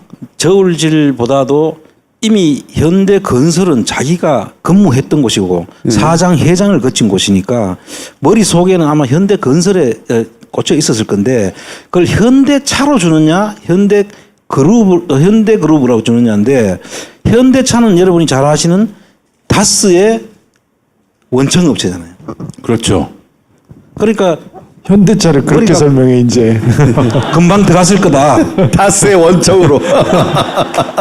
자 그러면 저 외환은행하고 이제 청와대가 현대그룹을 전방위로 압박하기 시작하는 경우가 2010년 5월 달입니다. 아, 지금 현대그룹으로 주도권이 넘어가 있는 상태인데 이걸 현대차로 주기 위해서 전방위로 압박했다는 얘기입니다. 그 전에 아직은 어디로 줄지를 모르는 상태에서 현대그룹도 가지려 그러고 현대차그룹도 가지려 그럴 때 현정은의 현대그룹에 처음에 낙점이 되지 않았나요? 그건 요 뒤에 나옵니다. 지금 너무 앞에 가신 것 같고. 그래서 이제 처음부터 현대차로 주려고 마음을 먹었던 것 같아요. 그 내용이 주채권은행을 외환은행인데 그 당시에 외환은행을 시켜가지고 여기서 나오는 재무구조 개선 약정 체결. 이 참 어렵죠. 졸려요. 약간 설명이 필요한데 재무구조 개선 약정 체결이라는 것은 은행이 돈을 빌려주지 않습니까? 그룹에다가 그 돈을 빌려준 것을 무기로 해서 너 우리 말 듣고 부채를 줄여라. 아니면 어떤 자산은 매각해라. 이렇게 해서 재무구조를 짜주는 새로 약정을 하는 그런 계약입니다. 이게. 현대건설을 팔라는 얘기. 그러니까 현대그룹을 압박을 하는 거죠. 현대그룹. 그러니까 현대그룹이 먼저 사려고 할 텐데 혹은 그리고 나중에 현대그룹 실제 우선 협상 대상이 되는데 그 이전에 외환은행을 통해서 현대그룹을 압박을 한다는 거죠. 예, 미리 현대그룹이 못 사도록 압박을 시작을 하는 게 벌써 아직 이거 매각도 하기 전에 사전 정지 작업을 하는 겁니다. 그러니까 2010년 6월에 매각하는데 2010년 5월부터 그 작업을 시작했다. 그렇죠. 예. 그래서 그때 외환은행의 신규 대출을 중단하고 그럼 기업이 돈 안 빌려주면 죽는 거거든요. 그런데 다행히 그때 현대건설은 현대그룹은 좀 여유가 있었어요. 그래서 만기 도래 대출금도 회수하고 이런 상황에서 정책실장, 금융감독원장, 외환은행 부행장 이런 라인을 통해 가지고 앞에 이야기한 재무구조 개선이나 신규 대출 중단, 만기 도래하는 대출금을 해소하는 그런 조치를 취합니다. 현대자동차에 주려고 현대그룹 압박을 시작했다 이미 여기서. 그렇죠. 예. 그리고 이제 매각이 들어가자. 그래서 그때 현대그룹에서 너가 그렇게 압박을 하면 우린 외환은행 가지고 있는 부채를 갚을 거야 하고 700억을 그때 갚아버립니다. 갚아버리고 일단 그 재무구조 개선 약정 체결을 할 수 없는 조건을 만들어버리죠. 그래서 현대그룹이 그 상태에서 현대건설 매각을 착수를 합니다. 그러니까 이미 현대차에 주기로 하고 현대그룹하고 현대차를 두 개가 들어올 걸로 예상을 해서 현대그룹을 매각에 참여하지 못하게 하는 선제 조치를 했는데 현대그룹이 그 상태를 벗어나는 거죠. 그러고 난 다음에 매각에 착수하니까 그 당시에 정책금융공사가 11.13%를 가지고 있었어요. 그래서 정책금융공사는 여러분 또 헷갈릴 수 있는데 그 당시에만 있던 지금 산업은행하고 합병이 된 그런 정책금융공사라고 정부 기관이 있었어요. 그 기관하고 산업은행이 나중에 합병을 하는데 그쪽을 통해 가지고 단독 매각 결정을 합니다. 이제 판다. 이렇게 이제 공고를 하는 게 2010년 6월이죠. 그렇게 6월이 돼 가지고 그렇게 되니까 현대차 그룹하고 현대그룹이 이제 본격적으로 인수전이 이제 전쟁이 이제 벌어진 겁니다. 그 이게 왜 그렇게 중요하냐 하면 현대그룹 차그룹 입장에서는 내가 정주영 회장을 적통을 이어받았다. 자기들은 많은 회사들이 있고 현대차가 잘 나가니까 돈은 많은데 그 적통자라는 그걸 받고 싶은 거예요. 정몽구 회장이 정주행 회장에 내가 적통을 이어받았다라고 하고 싶은 거예요. 그래서 이 사람들을 살라고 했는데 현대그룹 입장에서는 뭐가 있었냐면은 이 현대건설 안에 현대건설이 가지고 있는 주식이 있었는데 현대상선의 지분 8.3%를 가지고 있은 거예요. 이 8.3%가 어떤 문제가 되냐면 이걸 8.3%를 경영권을 행사하게 되면은 경영권 자체가 현대상선을 현대그룹 현정은 회장이 지배를 못하게 되는 그런 결론이 나옵니다. 그래서 이 8.3%를 반드시 자기들도 가져야 되는 것은. 그래서 사활을 걸고 싸우게 됩니다. 그런데 현대 엔지니어링은 어떤 상황이었냐면 M+W사 이거 이름도 저도 뭐 이런 회사가 있는지 모르겠던데 M+W사가 뭔지 모르겠지만 이게 독일 회사인데 이 독일 회사가 현대 건설을 사면 원전 수주가 돼 있는 걸 알고 있잖아요. 원전 수주는 이미 해놓은 상태니까 그거를 우리가 이 현대 건설을 사는 돈의 반을 우리가 대주겠다 했는 그런 약정이 있었던 것 같아요. 그 당시에. 그런 설이 있어서 이 사람들이 현대건설, 현대 엔지니어링이 포함된 현대건설을 사오면은 현정은 회장 쪽하고 이 M+W사하고는 사전에 아마 자기들끼리 사전에 약정이 돼 있었을 걸로 지금 짐작이 됩니다. 그래서 이걸 끝까지 자기들이 가져가려고 했던 거죠. 그거 맞는 거죠? 좀 설명을 드릴까요, 그러면? 여기서 더 심한 설명을 하시라고요?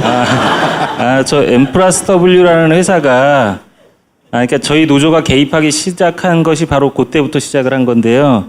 M+W라는 회사가 이 현대 엔지니어링을 나중에 되살리는 조건으로 현대그룹의 인수자금의 절반을 대는 거 이런 제보가 들어왔습니다. 그래서 그거를 저희가 일요신문 기자에게 의뢰를 했더니 일요신문 기자가 독일에 날아가 가지고 인터뷰를 땄어요. 인터뷰를 땄더니 이제 발칵 뒤집어졌는데 나중에 그 노컷뉴스인가 거기에서 현대그룹에서 엔지니어링을 해외에다 매각하려고 논의는 있었으나 성사되지 않았다고 이렇게 밝혔어요. 그러니까 저희 노조 입장에서는 한국에서 원전 기술을 보유하고 있는 기업이 그렇게 많지 않습니다. 동아건설이 부도가 났기 때문에. 그래서 노조 입장에서는 노조가 또 정의로울 때는 해야 되니까 이거 안 된다 해가지고 그때부터 이제 제어를 시작한 거죠. 언론하고 손을 잡고.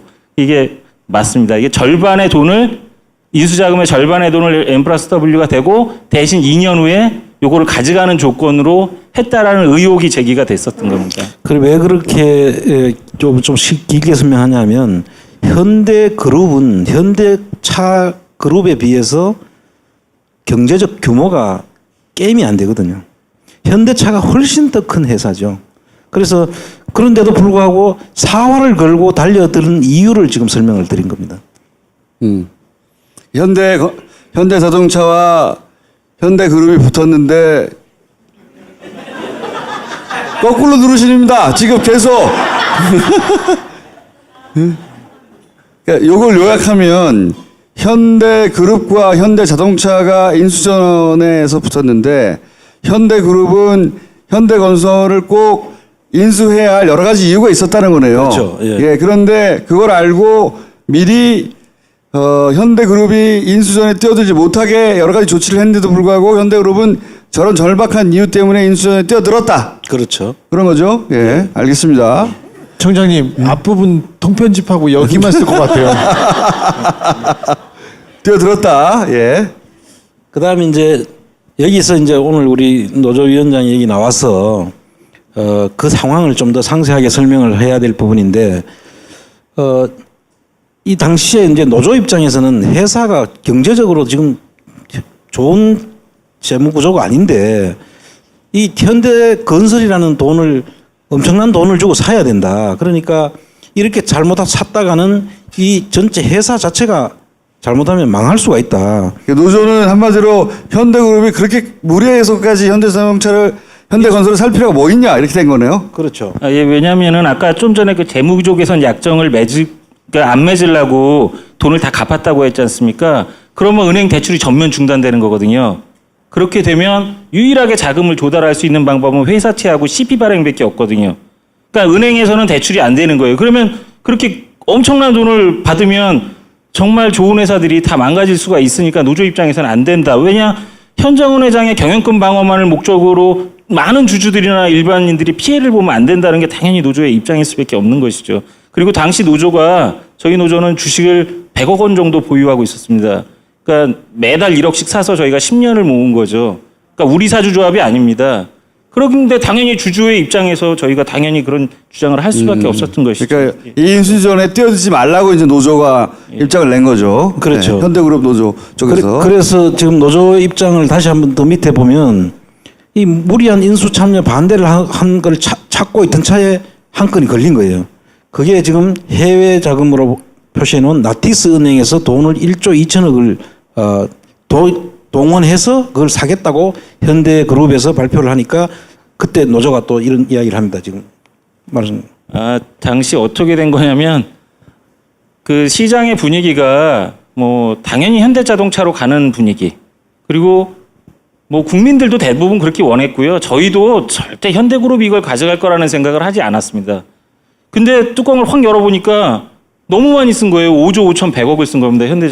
그게 현대그룹은 그런 악조건이 있으니까 더 비싸게 사겠다고 해가지고 우선 협상 대상자가 됐다. 예, 그리고 현대자동차 5조 1,000억을 썼는데 아마 현대그룹은 지들이 되고도 지들이 깜짝 놀랐을 겁니다. 이게 안 될 게 된 거니까. 근데 그날 저희도 너무 놀래가지고 어디 뭐 계획이 있었는데 전면 취소를 하게 됐고, 근데 그날 저녁에 현대그룹의 뭐 임원으로부터 제보가 왔는데 5조 5,100억 중에 그 채권단에다가 인수자금을 투명하게 공개를 해야 되는데 그 중에 1조 2천억 원이 프랑스의 2대 은행이 나티시스 은행이 있습니다. 거기에 예금으로 돼 있다라고 이렇게 발표를 했다는 것이에요. 근데 현대그룹의 모 임원이 저희에게 제보를 하시고 자료를 보내주셨는데 그것은 나티시스 은행이 갖고 있는 게 아니라 나티시스 은행의 자회사인 넥스젠 캐피탈이라는 투기자본의 돈이다. 다만 예금만 나티시스 은행에 있는 것이다라고 알려주신 거예요. 현대 돈이 아니라 그렇죠. 투기자본을 땡겨오는 것이다. 예, 그런데 그 예금도 어디로 돼 있냐면 프랑스 현대상선 법인으로 돼 있다는 것이거든요. 근데 프랑스의 현대상선 법인은 자산이 33억밖에 안 되는 회사예요.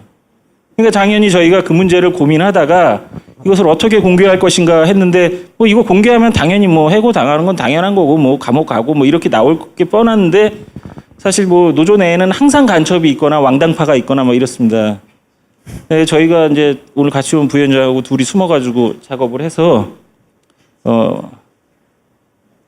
공개를 했죠, 언론에. 그랬더니 SBS에서 그 전날 저녁에 인터뷰를 하면서 상황이 급반전됩니다. 우선 협상자가 됐는데도 불구하고 현대그룹이 됐는데도 불구하고 그냥 국회의원들도 다 달려들고 금융감독원도 조사한다고 그러고 정책금융공사에서는 MOU 깬다고 그러고 그때 김용태 의원인 걸로 제가 기억을 하는데 그냥 머리에 빨간 띠만 이렇게 해놓으면 완전 노조위원장 스타일로 그냥 그 투지와 그 열정이 그분이 제일 먼저 새누리당 탈당했어요. 아 그래요? 저희 최순실 게이트 때. 그때 이렇게 그 엄청난 공격적으로 그걸 뒤집으려고 하는 노력들이 진압이 안 되는 거예요. 개헌군이 와도 아마 진압이 안 됐을 것 같은데. 이게 노조는 제 회사가 걱정돼서 이게 실체가 의심스러운 돈으로 그렇게 무리하게 살 필요가 뭐 있냐 했는데 그 노조의 입장을 이용한 거네요.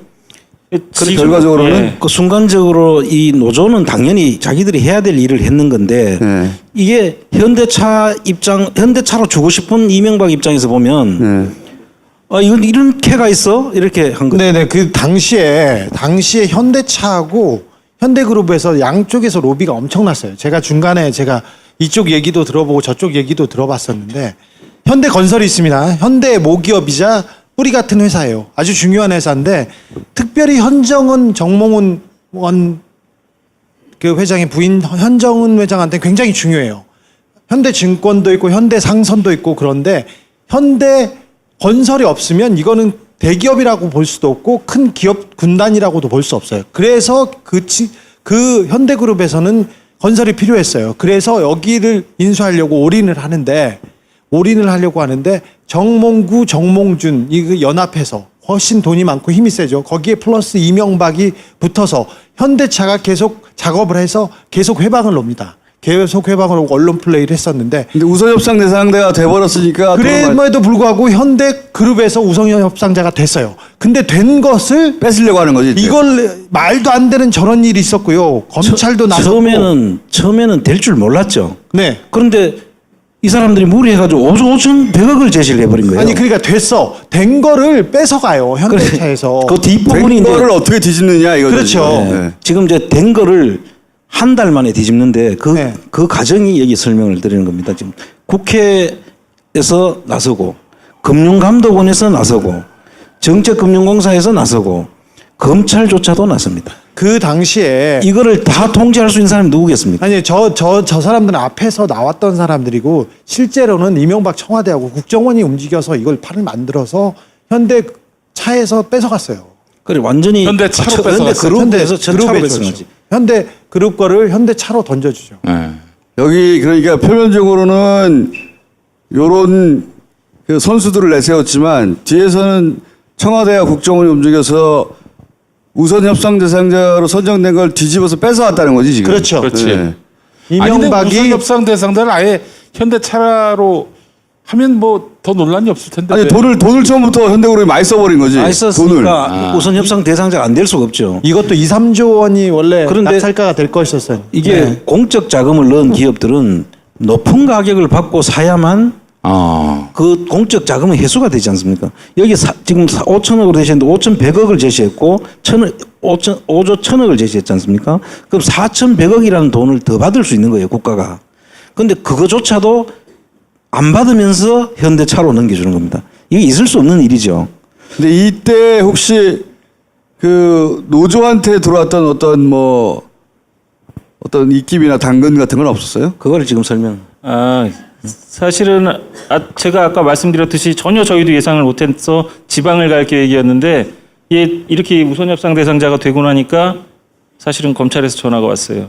검찰에서? 네, 그래서 민 위원장 좀 좀 같이 이게 1조 2천억의 자금에 대해서 검찰이 노조한테 네, 그래서 도와드리겠다고 하고 저희 상근자들은 지방을 보내고 저는 대기를 했는데 오후에는 이제 본인들이 일정 때문에 만나지 못했고 그다음에 뭐 현대 자동차 같은 경우에는 사실 제가 그때는 제가 할 이유도 없었어요. 저희 논리로 다 국회의원도 싸워주고 정책금융공사도 싸워주고 다 노조 논리대로 싸워주니까. 근데 현대자동차가 제가 하지도 않은 무슨 기자회견을 하고 성명서를 내겠다고 해가지고 기자들이 저한테 엄청 전화가 온 거예요. 그래서 제가 현대자동차 홍보실에 전화해서 이사한테 전화해서 강력히 항의를 했죠. 그냥 엄청 막 난리를 쳤더니 그때 이제 마지못해 이렇게 좀 수그리는 정도. 그러니까 노조를 계속 이용해 먹으려고 했던 것은 있었습니다. 그리고 노조편을 좀 더 들었나요, 갑자기? 아니 이 국회라든지 금융감독원이라든지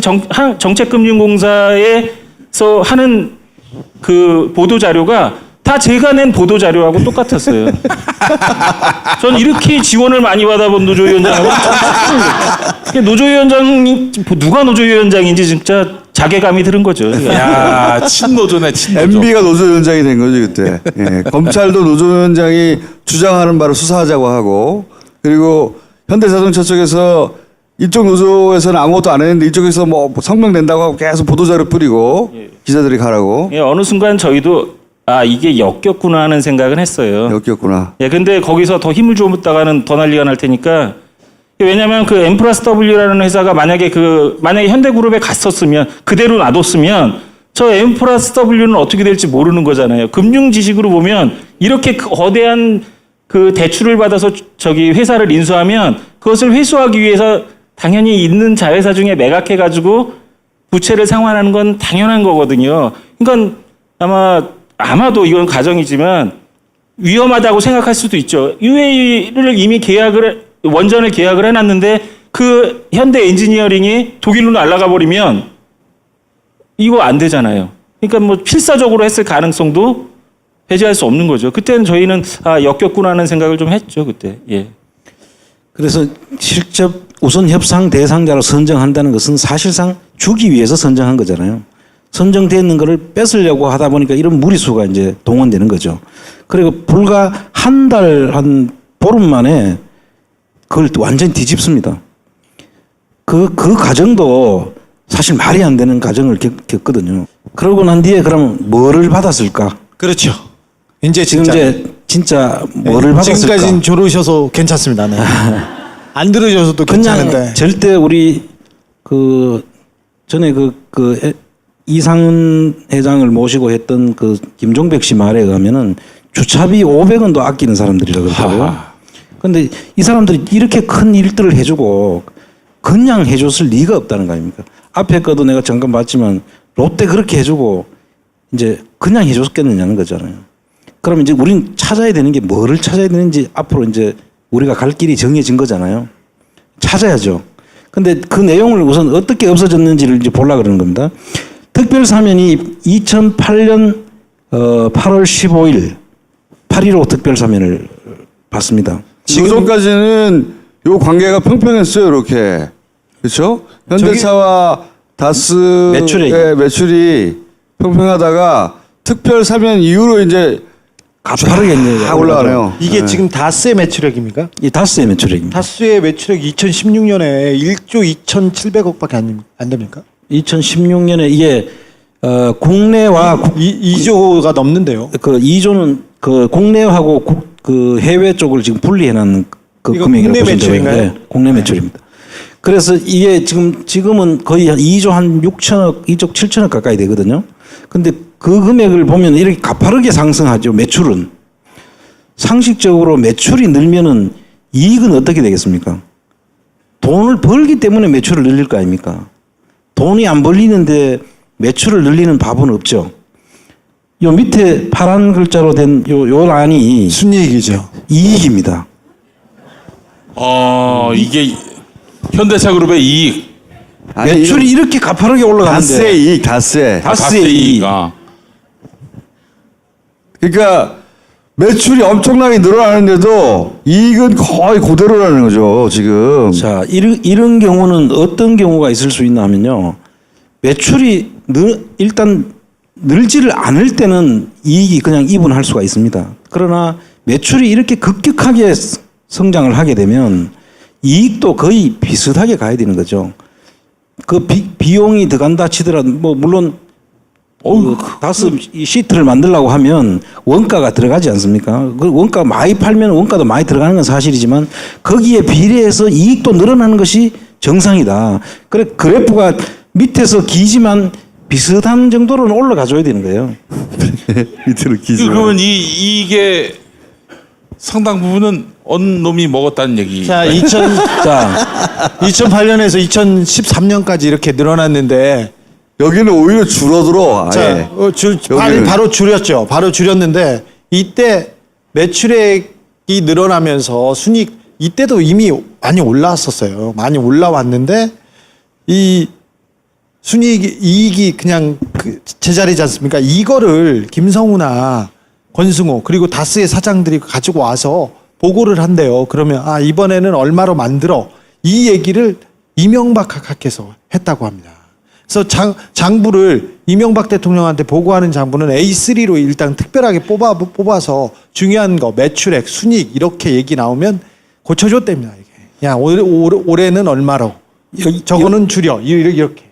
이 재임 기간 중을 빨간 글씨로 이렇게 빨간 줄로 쳐놨는데 이 재임 기간 중에 매출액은 한 13%, 14%씩 급증한 반면에 퇴임 이후에는 한 8%, 7% 정도로 이렇게 성장 속도가 확 느려지긴 합니다. 그런데 지금 여기서 지금 저희가 말씀드리고 싶은 거는 이렇게 이익이 비슷하게 이렇게 늘어난다는 것은 분명히 다른 데로 샜다는 이야기죠, 돈이. 어떤 방법으로 샜을까? 우리 김 총수가 잘하고 있으니까 그 틈을 통해서 큰 소리를 해봤습니다. 아까 그게 큰 소리였대요. 지금 그 다스는 한국에 본사가 있고 아산에 공장도 있지 않습니까? 근데 외국에 14개 해외 법인이 있습니다.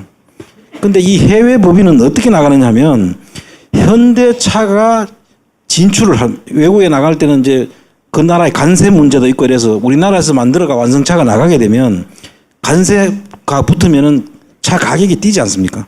현지에다 법인을 만들어가 차를 팔면은 가격이 경쟁력이 생기는 거죠. 관세가 없으니까. 그래서 데리고 나가면서 꼭 하청업체들, 협력업체들을 같이 데리고 나가야 됩니다. 의자 없는 차를 팔 수가 없잖아요. 그러니까 다스 같은 회사는 반드시 데리고 나가야 되죠. 그래서 데리고 나갈 때는 그 데리고 나가는 회사들이 이익이 생기는 구조로 해서 데리고 나갑니다. 안 그러면 나갈 사람들이 없으니까요. 그래서 다스의 해외 차들이 나가가지고 결손이 나면은 안 되는 거예요. 또 결손이 난다고 설사 치면은 현대차에서 보상을 해서 보전을 해줘야 됩니다. 그래야 그 사람들이 가서 일을 하지. 안 그러면 손해를 볼 걸 뻔히 알면서 나갈 리가 없잖아요. 그런데 이 해외 법인들이 결손을 내는 거예요.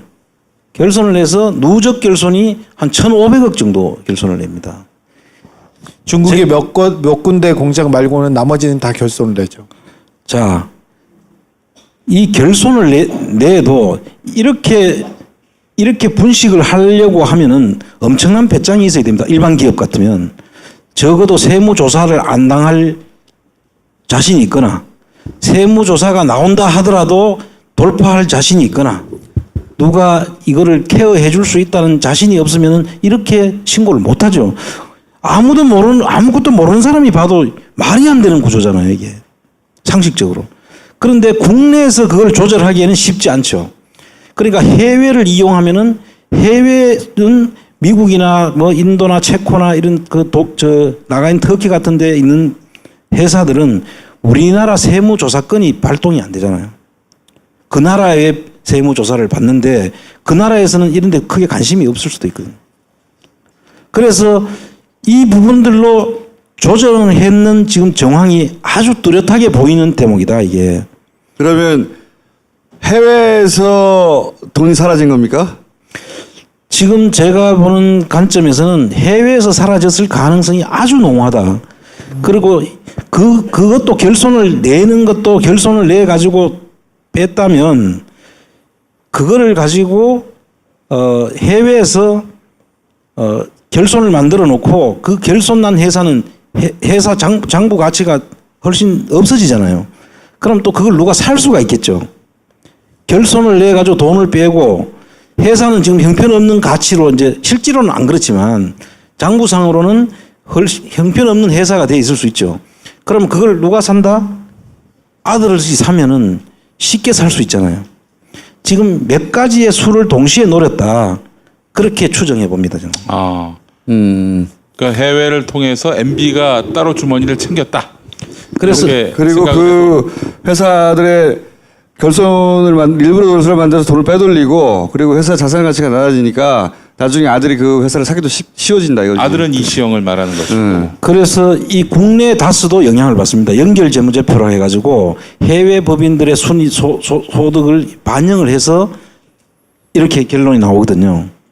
그렇다는 이야기는 우리 국내 다스도 저평가돼 있다. 실질적으로는 다른 돈으로 돈이 세고 국내에 있는 다스도 이익이 실질보다는 분식이 돼서 적게 돼 있다. 여기서 약간 하나 분식이라고 강의의 분식이라는 것은 어쨌든 간에 정상적인 장부가 적히는 게 아니라 이익을 낳는데도 이익을 없다고 하는 것은 우리가 그것도 분식인데 그거는 탈세 영역이죠. 이익이 났는데 줄이면. 그리고 이익이 안 났는데도 이익을 내는 경우는 그것도 분식입니다. 그게 우리가 일반적으로 분식이라고 하는 건데 금융기관에서 돈을 빌리고 싶을 때는 이익이 안 나도 낳는 것처럼 장부를 해놔야죠. 또 간급공사를 받기 위해서는 또 그렇게 분식을 해놔야 될 텐데 쓰는 건데 이 케이스는 탈세를 하기 위한 분식이다. 그렇게밖에 볼 수 없습니다. 그리고 그 돈들은 어딘가는 사라졌을 것으로 짐작이 된다. 이 이해가 안 되는 거죠. 그럼 요 그림을 그대로 우리가 짐작해 본다면은 한 삼각형 그래서 되는 지점이 어딘가 지금 사라져 있을 것인데 어딘가 누구의 그 뱃속을 깨 들어갔을 것이다. 그 자기 것이 아니라고 하는 사람 아닐까요, 이게? 네 배만 보인다. 네 배만. 제 배만 제가 먹었나? MB가 먹은 거 아닙니까? MB가 맞죠? 총장님 MB 맞지 않습니까? MB가 먹은 거 아닙니까? 자기 게 아니라고 했는데 예. 참 식성은 좋아요 보니까. 식성은 좋아요. 그래서 이번에 검찰 수사에서 이 돈도 나오나? 이 돈 부분 중에 상당 부분이 이미 잡혀 있습니다. 아까 설명했던 부분의 상당 부분은 여기서 나와 있습니다. 그러면 이시영이도 저 어떻게 그 이시영도 사실 법망을 빠져나가지 못합니다. 김윤옥 여사도 빠져나가지 못합니다. 그러면 새 그 부모자가 구속될 가능성도 있어요? 아니 그 뭐 우리나라에서 우리나라에서 한꺼번에 다 안 하니까. 보편적으로 이런 경우 그 둘이- 정유라를 구속 못 시킨 게 그런 이유였나? 둘이 그 부자가 굉장히 큰 죄를 저질렀더라도 부자 중에 한 명만 구속되는 게 거의 부부도 관행적이었는데 마찬가지고. 그래서 부부 얘기가 안 나오는 거예요 지금. 그런데 다스 같은 경우는 그 수준을 이미 넘어섰어요. 가족보험재단. 네. 가족보험재단.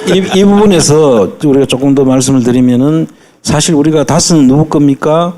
플란다스 계로 우리가 실소유주를 찾고 들어가서 지금 뭐 거의 98%까지 이제 왔다고 보는데요. 이 다스가 누구 겁니까에 대한 답이 실소유주가였다면은 그 실소유주를 우리 찾아서 구체적으로 뭐 하자는 거죠? 결국은 이명박이 감옥 갑니까? 그런 거 아닙니까? 그런데 다스가 감옥 다 실소유주가 되면은 감옥 가는 이유는 주가 조작 190억의 주가 조작에 사용된 금원이 그게 누구 거냐는 거잖아요.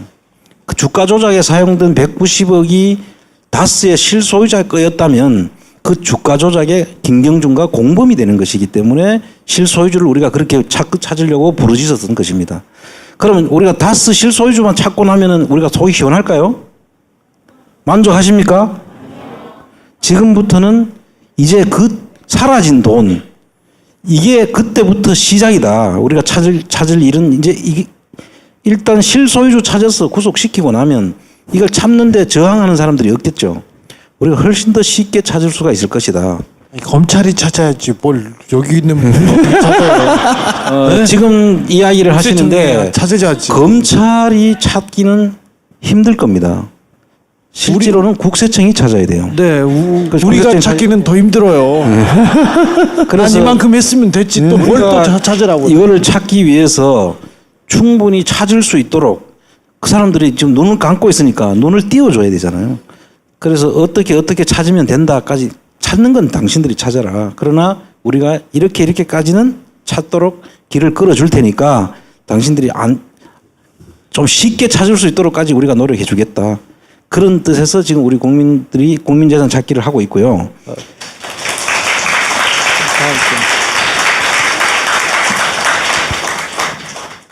그 이제 지금 이 이명박 대통령이 사진 한 장으로 이렇게 큰 즐거움과 감동을 주시는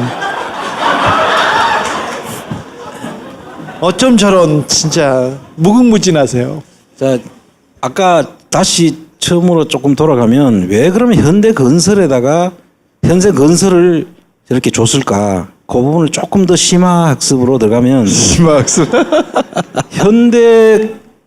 현대건설을 주고 이 원전을 수주를 해서 원전을 사실 수출이라고 하는데 수출은 아니고 투자거든요. 투자인데 그 주체가 누구냐 하면은 한전이에요. 근데 우리가 여러분 아실지 모르겠는데 한전하고 한수원은 한전의 자회사가 한수원입니다. 한수원이 한국수력원자력이라고 해서 원자력 발전소를 다 관리하고 짓고 하는 데죠. 예. 그런데 유일하게 해외 수출, 원전을 해외 수출하는 업무는 한전이 가지고 있는 거예요. 한수원이 가지고 있는 게 아니고. 의아하실 텐데 옛날에 대북 경수로 사업 있었잖아요. 그 대북 경수로 사업을 한전이 주관을 하게 됩니다. 그래서 그때부터 다른 업무는 다 한수원으로 줬는데 해외 쪽으로 가는 것만 한전이 가지고 있는 거예요. 그래서 어떤 작업을 하느냐면 김중겸 씨라는 분이 2009년도에 현대건설 사장을 취임을 해서 이때가 언제입니까? UAE하고 협정 맺을 시점이죠. 그때 어떻게 하냐면은 UA 시공계약 체결하는 게 2010년도에도 이분이 현대건설 사장 때였어요. 근데 이분을 한국전력공사 사장으로 또 데리고 옵니다. 오. 왜 데려왔겠어요? 왜 데려왔겠냐? 못 한전하고 현대건설하고 무슨 상관이 있죠? 실제로 거의 관계가 없죠. 근데 전봇대 공사 말고는 뭐 사실 생각할 수 있는 그렇죠. 게 전봇대 공사가 현대건설이 하는 것이 아니거든요. 예. 근데 이 한전에서 뭔가를 내가 받아내야 되겠다고 생각하면 의문이 좀 풀릴 수 있을 것 같아요. 이건 추측입니다. 그런데 이분이 2011년에 9월 달에 이미 그 현대건설이 저쪽으로 넘어간 다음에 한국전력공사 사장으로 취임을 합니다. 그 현대자동차로 넘어간 시점이. 그리고 한전에 가게 된 배경을 보면 이분이 같은 고향 경북 출신이고 그다음에 고대 선후배관이죠. 이명박 대통령. 이분이 한전에 가서 뭘 합니까? 그러니까 현대건설 사장을 한전 사장을 시킨 이유가 뭐예요? 그러니까 한전 사장을 시켜서 네. UA 공사를 간장하는 거죠. UA 쪽에서 이런 얘기네요. 그러면 이제 건설공사 하면 이제 건설공사를 통해서 해먹는 경우가 많잖아요. 그렇죠. 지금 원전에는 두 가지 해먹는 방법이 있다고 해요. 두 가지 해먹는 방법이. 하나는 눈이 반짝. 원전을 지어주고 그 원전 짓는 그 나라에서 커미션을 받는 방법. 네. 그게 보통 한 10% 정도 된다는 그렇죠. 말이죠. 네. 그것도 큰 돈이죠. 네. 엄청나게 큰 돈이죠. 여기가 한 54조 뭐 어떤 네. 사람은 72조 그러는데 그 비교해 보면 어느 정도 나올 거고. 그 다음에는 시공사는 시공하면은 건설 이익이 생기잖아요. 시공사한테도 받는다고 해요. 현대건설로부터. 네. 그러면 말하자면 여기에 이제 우리가 일반적인 케이스로 보면 충분히 짐작이 가는 대목이잖아요. 김중겸 씨가 먹지 않고 MB가 먹었을 가능성이 높네요. 그렇게 얘기하면 안 되나? 왜 안 돼? 하고 고소당해. 그러니까 김중겸은 지가 그거 할 수 없으니까 김중겸 시켜가지고 제 말은 현대건설 사장으로 현대를 통해서 먹으면 되는데 왜 한전에 보냈을까? 이 궁금증인 거죠. 한전을 통해서도 먹을 수 있나요? 한전이 이 전체 컨소시엄의 그 대표니까요. 대표니까. 현대건설도 컨소시엄에 들어갔네. 그러니까 현대건설을 통해서 땡기는 것보다 한전에 가서 전체 컨소시엄을 그 조정하는 위치에서 빼먹는 게 더 좋다. 그거를 두 개 다 할 수 있는 사람이잖아요. 현대건설과 한전을 다. 그러면 혹시라도 청장님은 이런 구조를 통해서 이게 굳이 소개하신 이유가 있을 거 아닙니까? 이 사람이 여기 갔어. 이걸 소개하는 건 의미가 없잖아요. 그냥 갔는데 이렇게 해가지고 빼먹으려고 했던 얘기를 내가 들은 적이 있어. 들은 적이 있으십니까 혹시? 사실 제보가 있었죠. 그러나 지금 이제 그 제보 차원에서 내가 말씀드리기는 그렇고 그럼 구체적인 금액과 누가 했다는 제보가 있었는데 아직 제가 확인을 못하는 관계로 그냥 있었다. 그런 일이. 그 제보에 기초해서 내가 이걸 본 거죠. 이 뉴스에 이분이 등장할 수도 있겠는데 잘하면 앞으로 거기까지 제보가 맞다면 예 지금부터 제보가 안 맞다면은 이제 저분은 매우 억울한 것이고 예 그리고 청장님 고소고발 당하는 것이고 나도 고소당할까? 해봐. 난 몰라요. 근데 제 시간에는 그 시브라를 안 하기로 했습니다.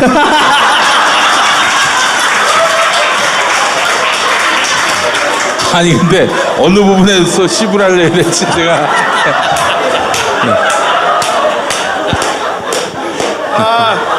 오늘 편집을 막기 위해서 결사적으로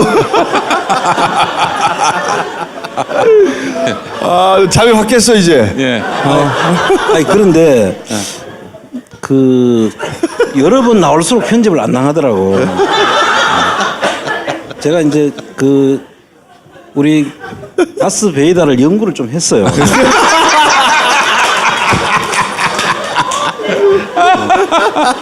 아, 씨부랄. 큰일 났네. 이제 한 번 받으셨어요. 끝났나요? 또 있어요? 뒤에 준비돼. 끝났네.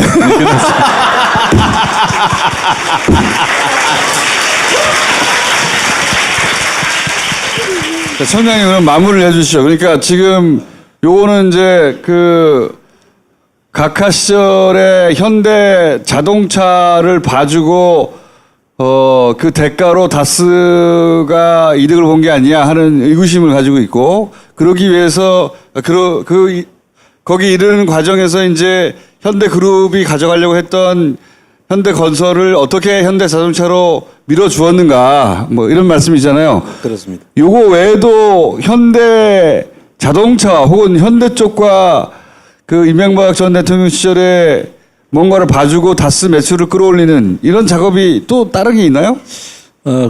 경우는 조금 다른 경우도 있을 수 있는데 그때 뭐 우리가 이야기했던 거 말고도 사실 현대차를 그 이익을 빼는 방법이, 아까는 내가 해외 부분만 이야기를 했는데 여러분들 위장 계열사라고 들어보셨죠?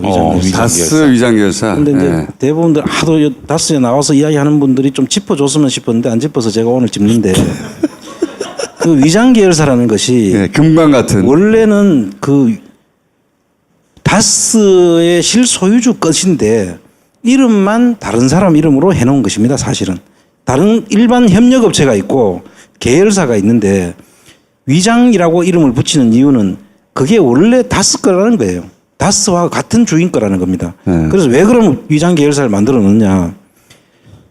거기서 들어오는 것을 이익을 여기 다스에다 둘 수도 있고 그 회사를 둘 수 있죠. 예를 들면 건강이라는 회사를 대표적으로, 뭐 그 뒤에도 한 5개가 더 있습니다만은 그 위장 계열사가 만들어지면 그 위장 계열 건강이 만들어지는 게 이제 그 레일이거든요. 그 앉으면 시트를 이렇게 밀고 당기고 하는 그 레일인데 그 레일을 만드는 값을 70원을 100원으로 주고 받을 수도 있죠. 그러다면 건강이 70원짜리 납품을 하고 100원을 받으면 이익이 건강으로 가는 거죠.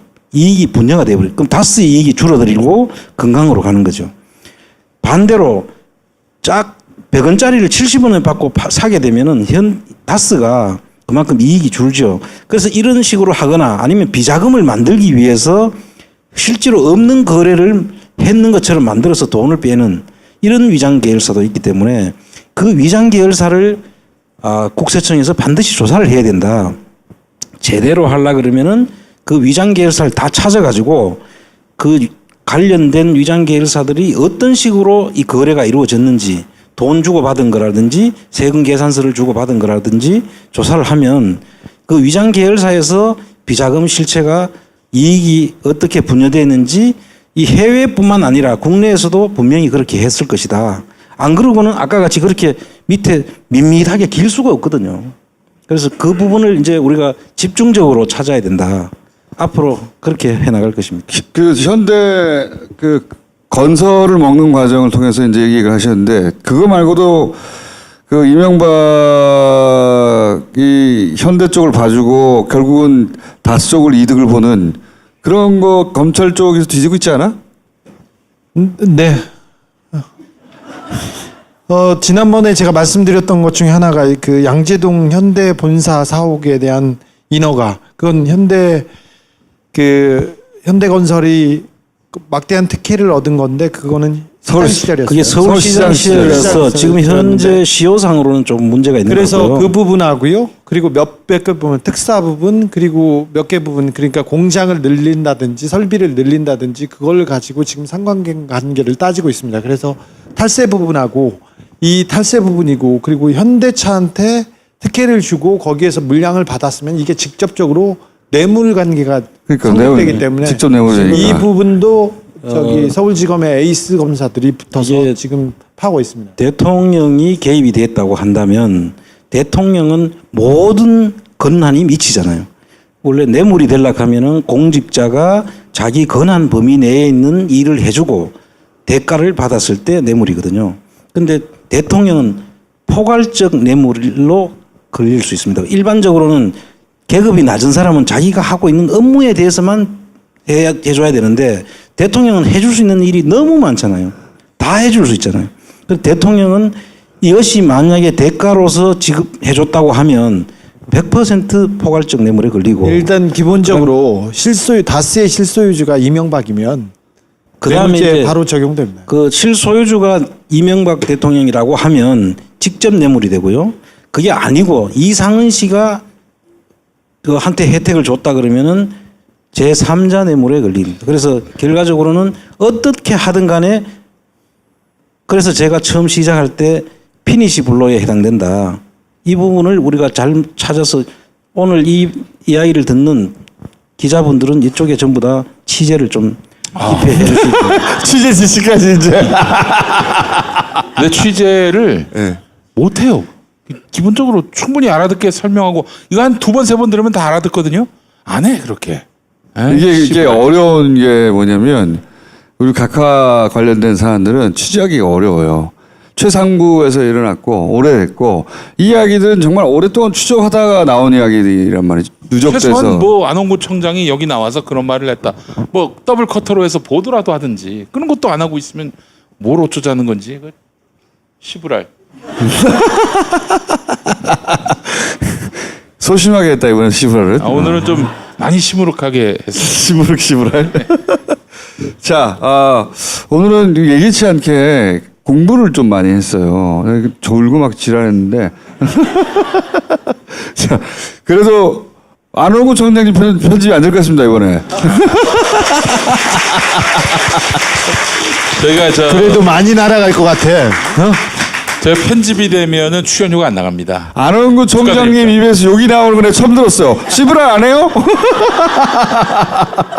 굉장히 절박했던 거지. 이번에는 절대로 편집돼서는 안 된다. 자, 머지 않았습니다. 각하가 이제 머지 않았고, 청장님 말씀대로 이제 그리고 주진우 얘기대로 검찰이 이 부분도 들여다보고 있어요.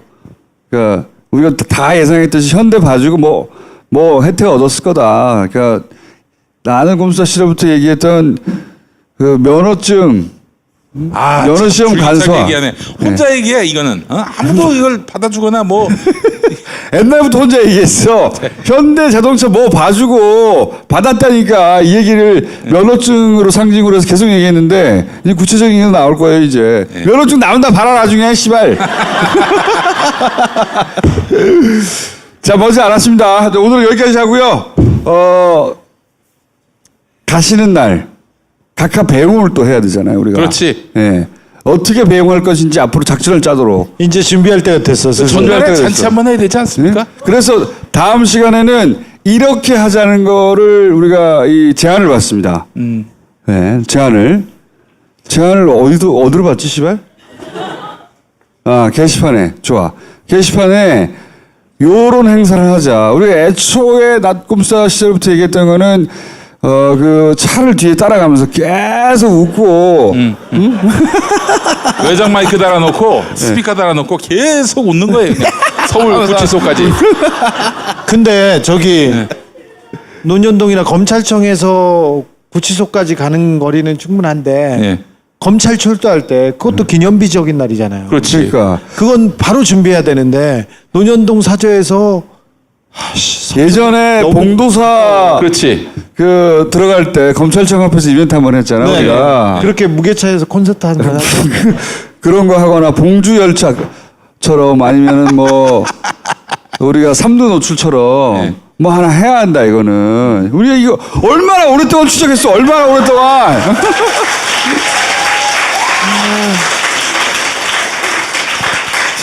진짜 이 얘기를 얼마나 오랫동안 했는데 드디어 거의 다 왔습니다. 드디어 더 왔어요. 우리도 독한 놈이야 진짜. 그래서 다음 시간에는 이 방송 나가고 나서는 제안을 받습니다. 그 중에 어떤 아이디어가 마음에 들면 그걸 진짜 채택해서 할지도 모르니까 제안을 받습니다. 이 준비할 때가 됐어요. 마음의 준비를. 우리 모두가. 오늘 여기까지 하겠습니다.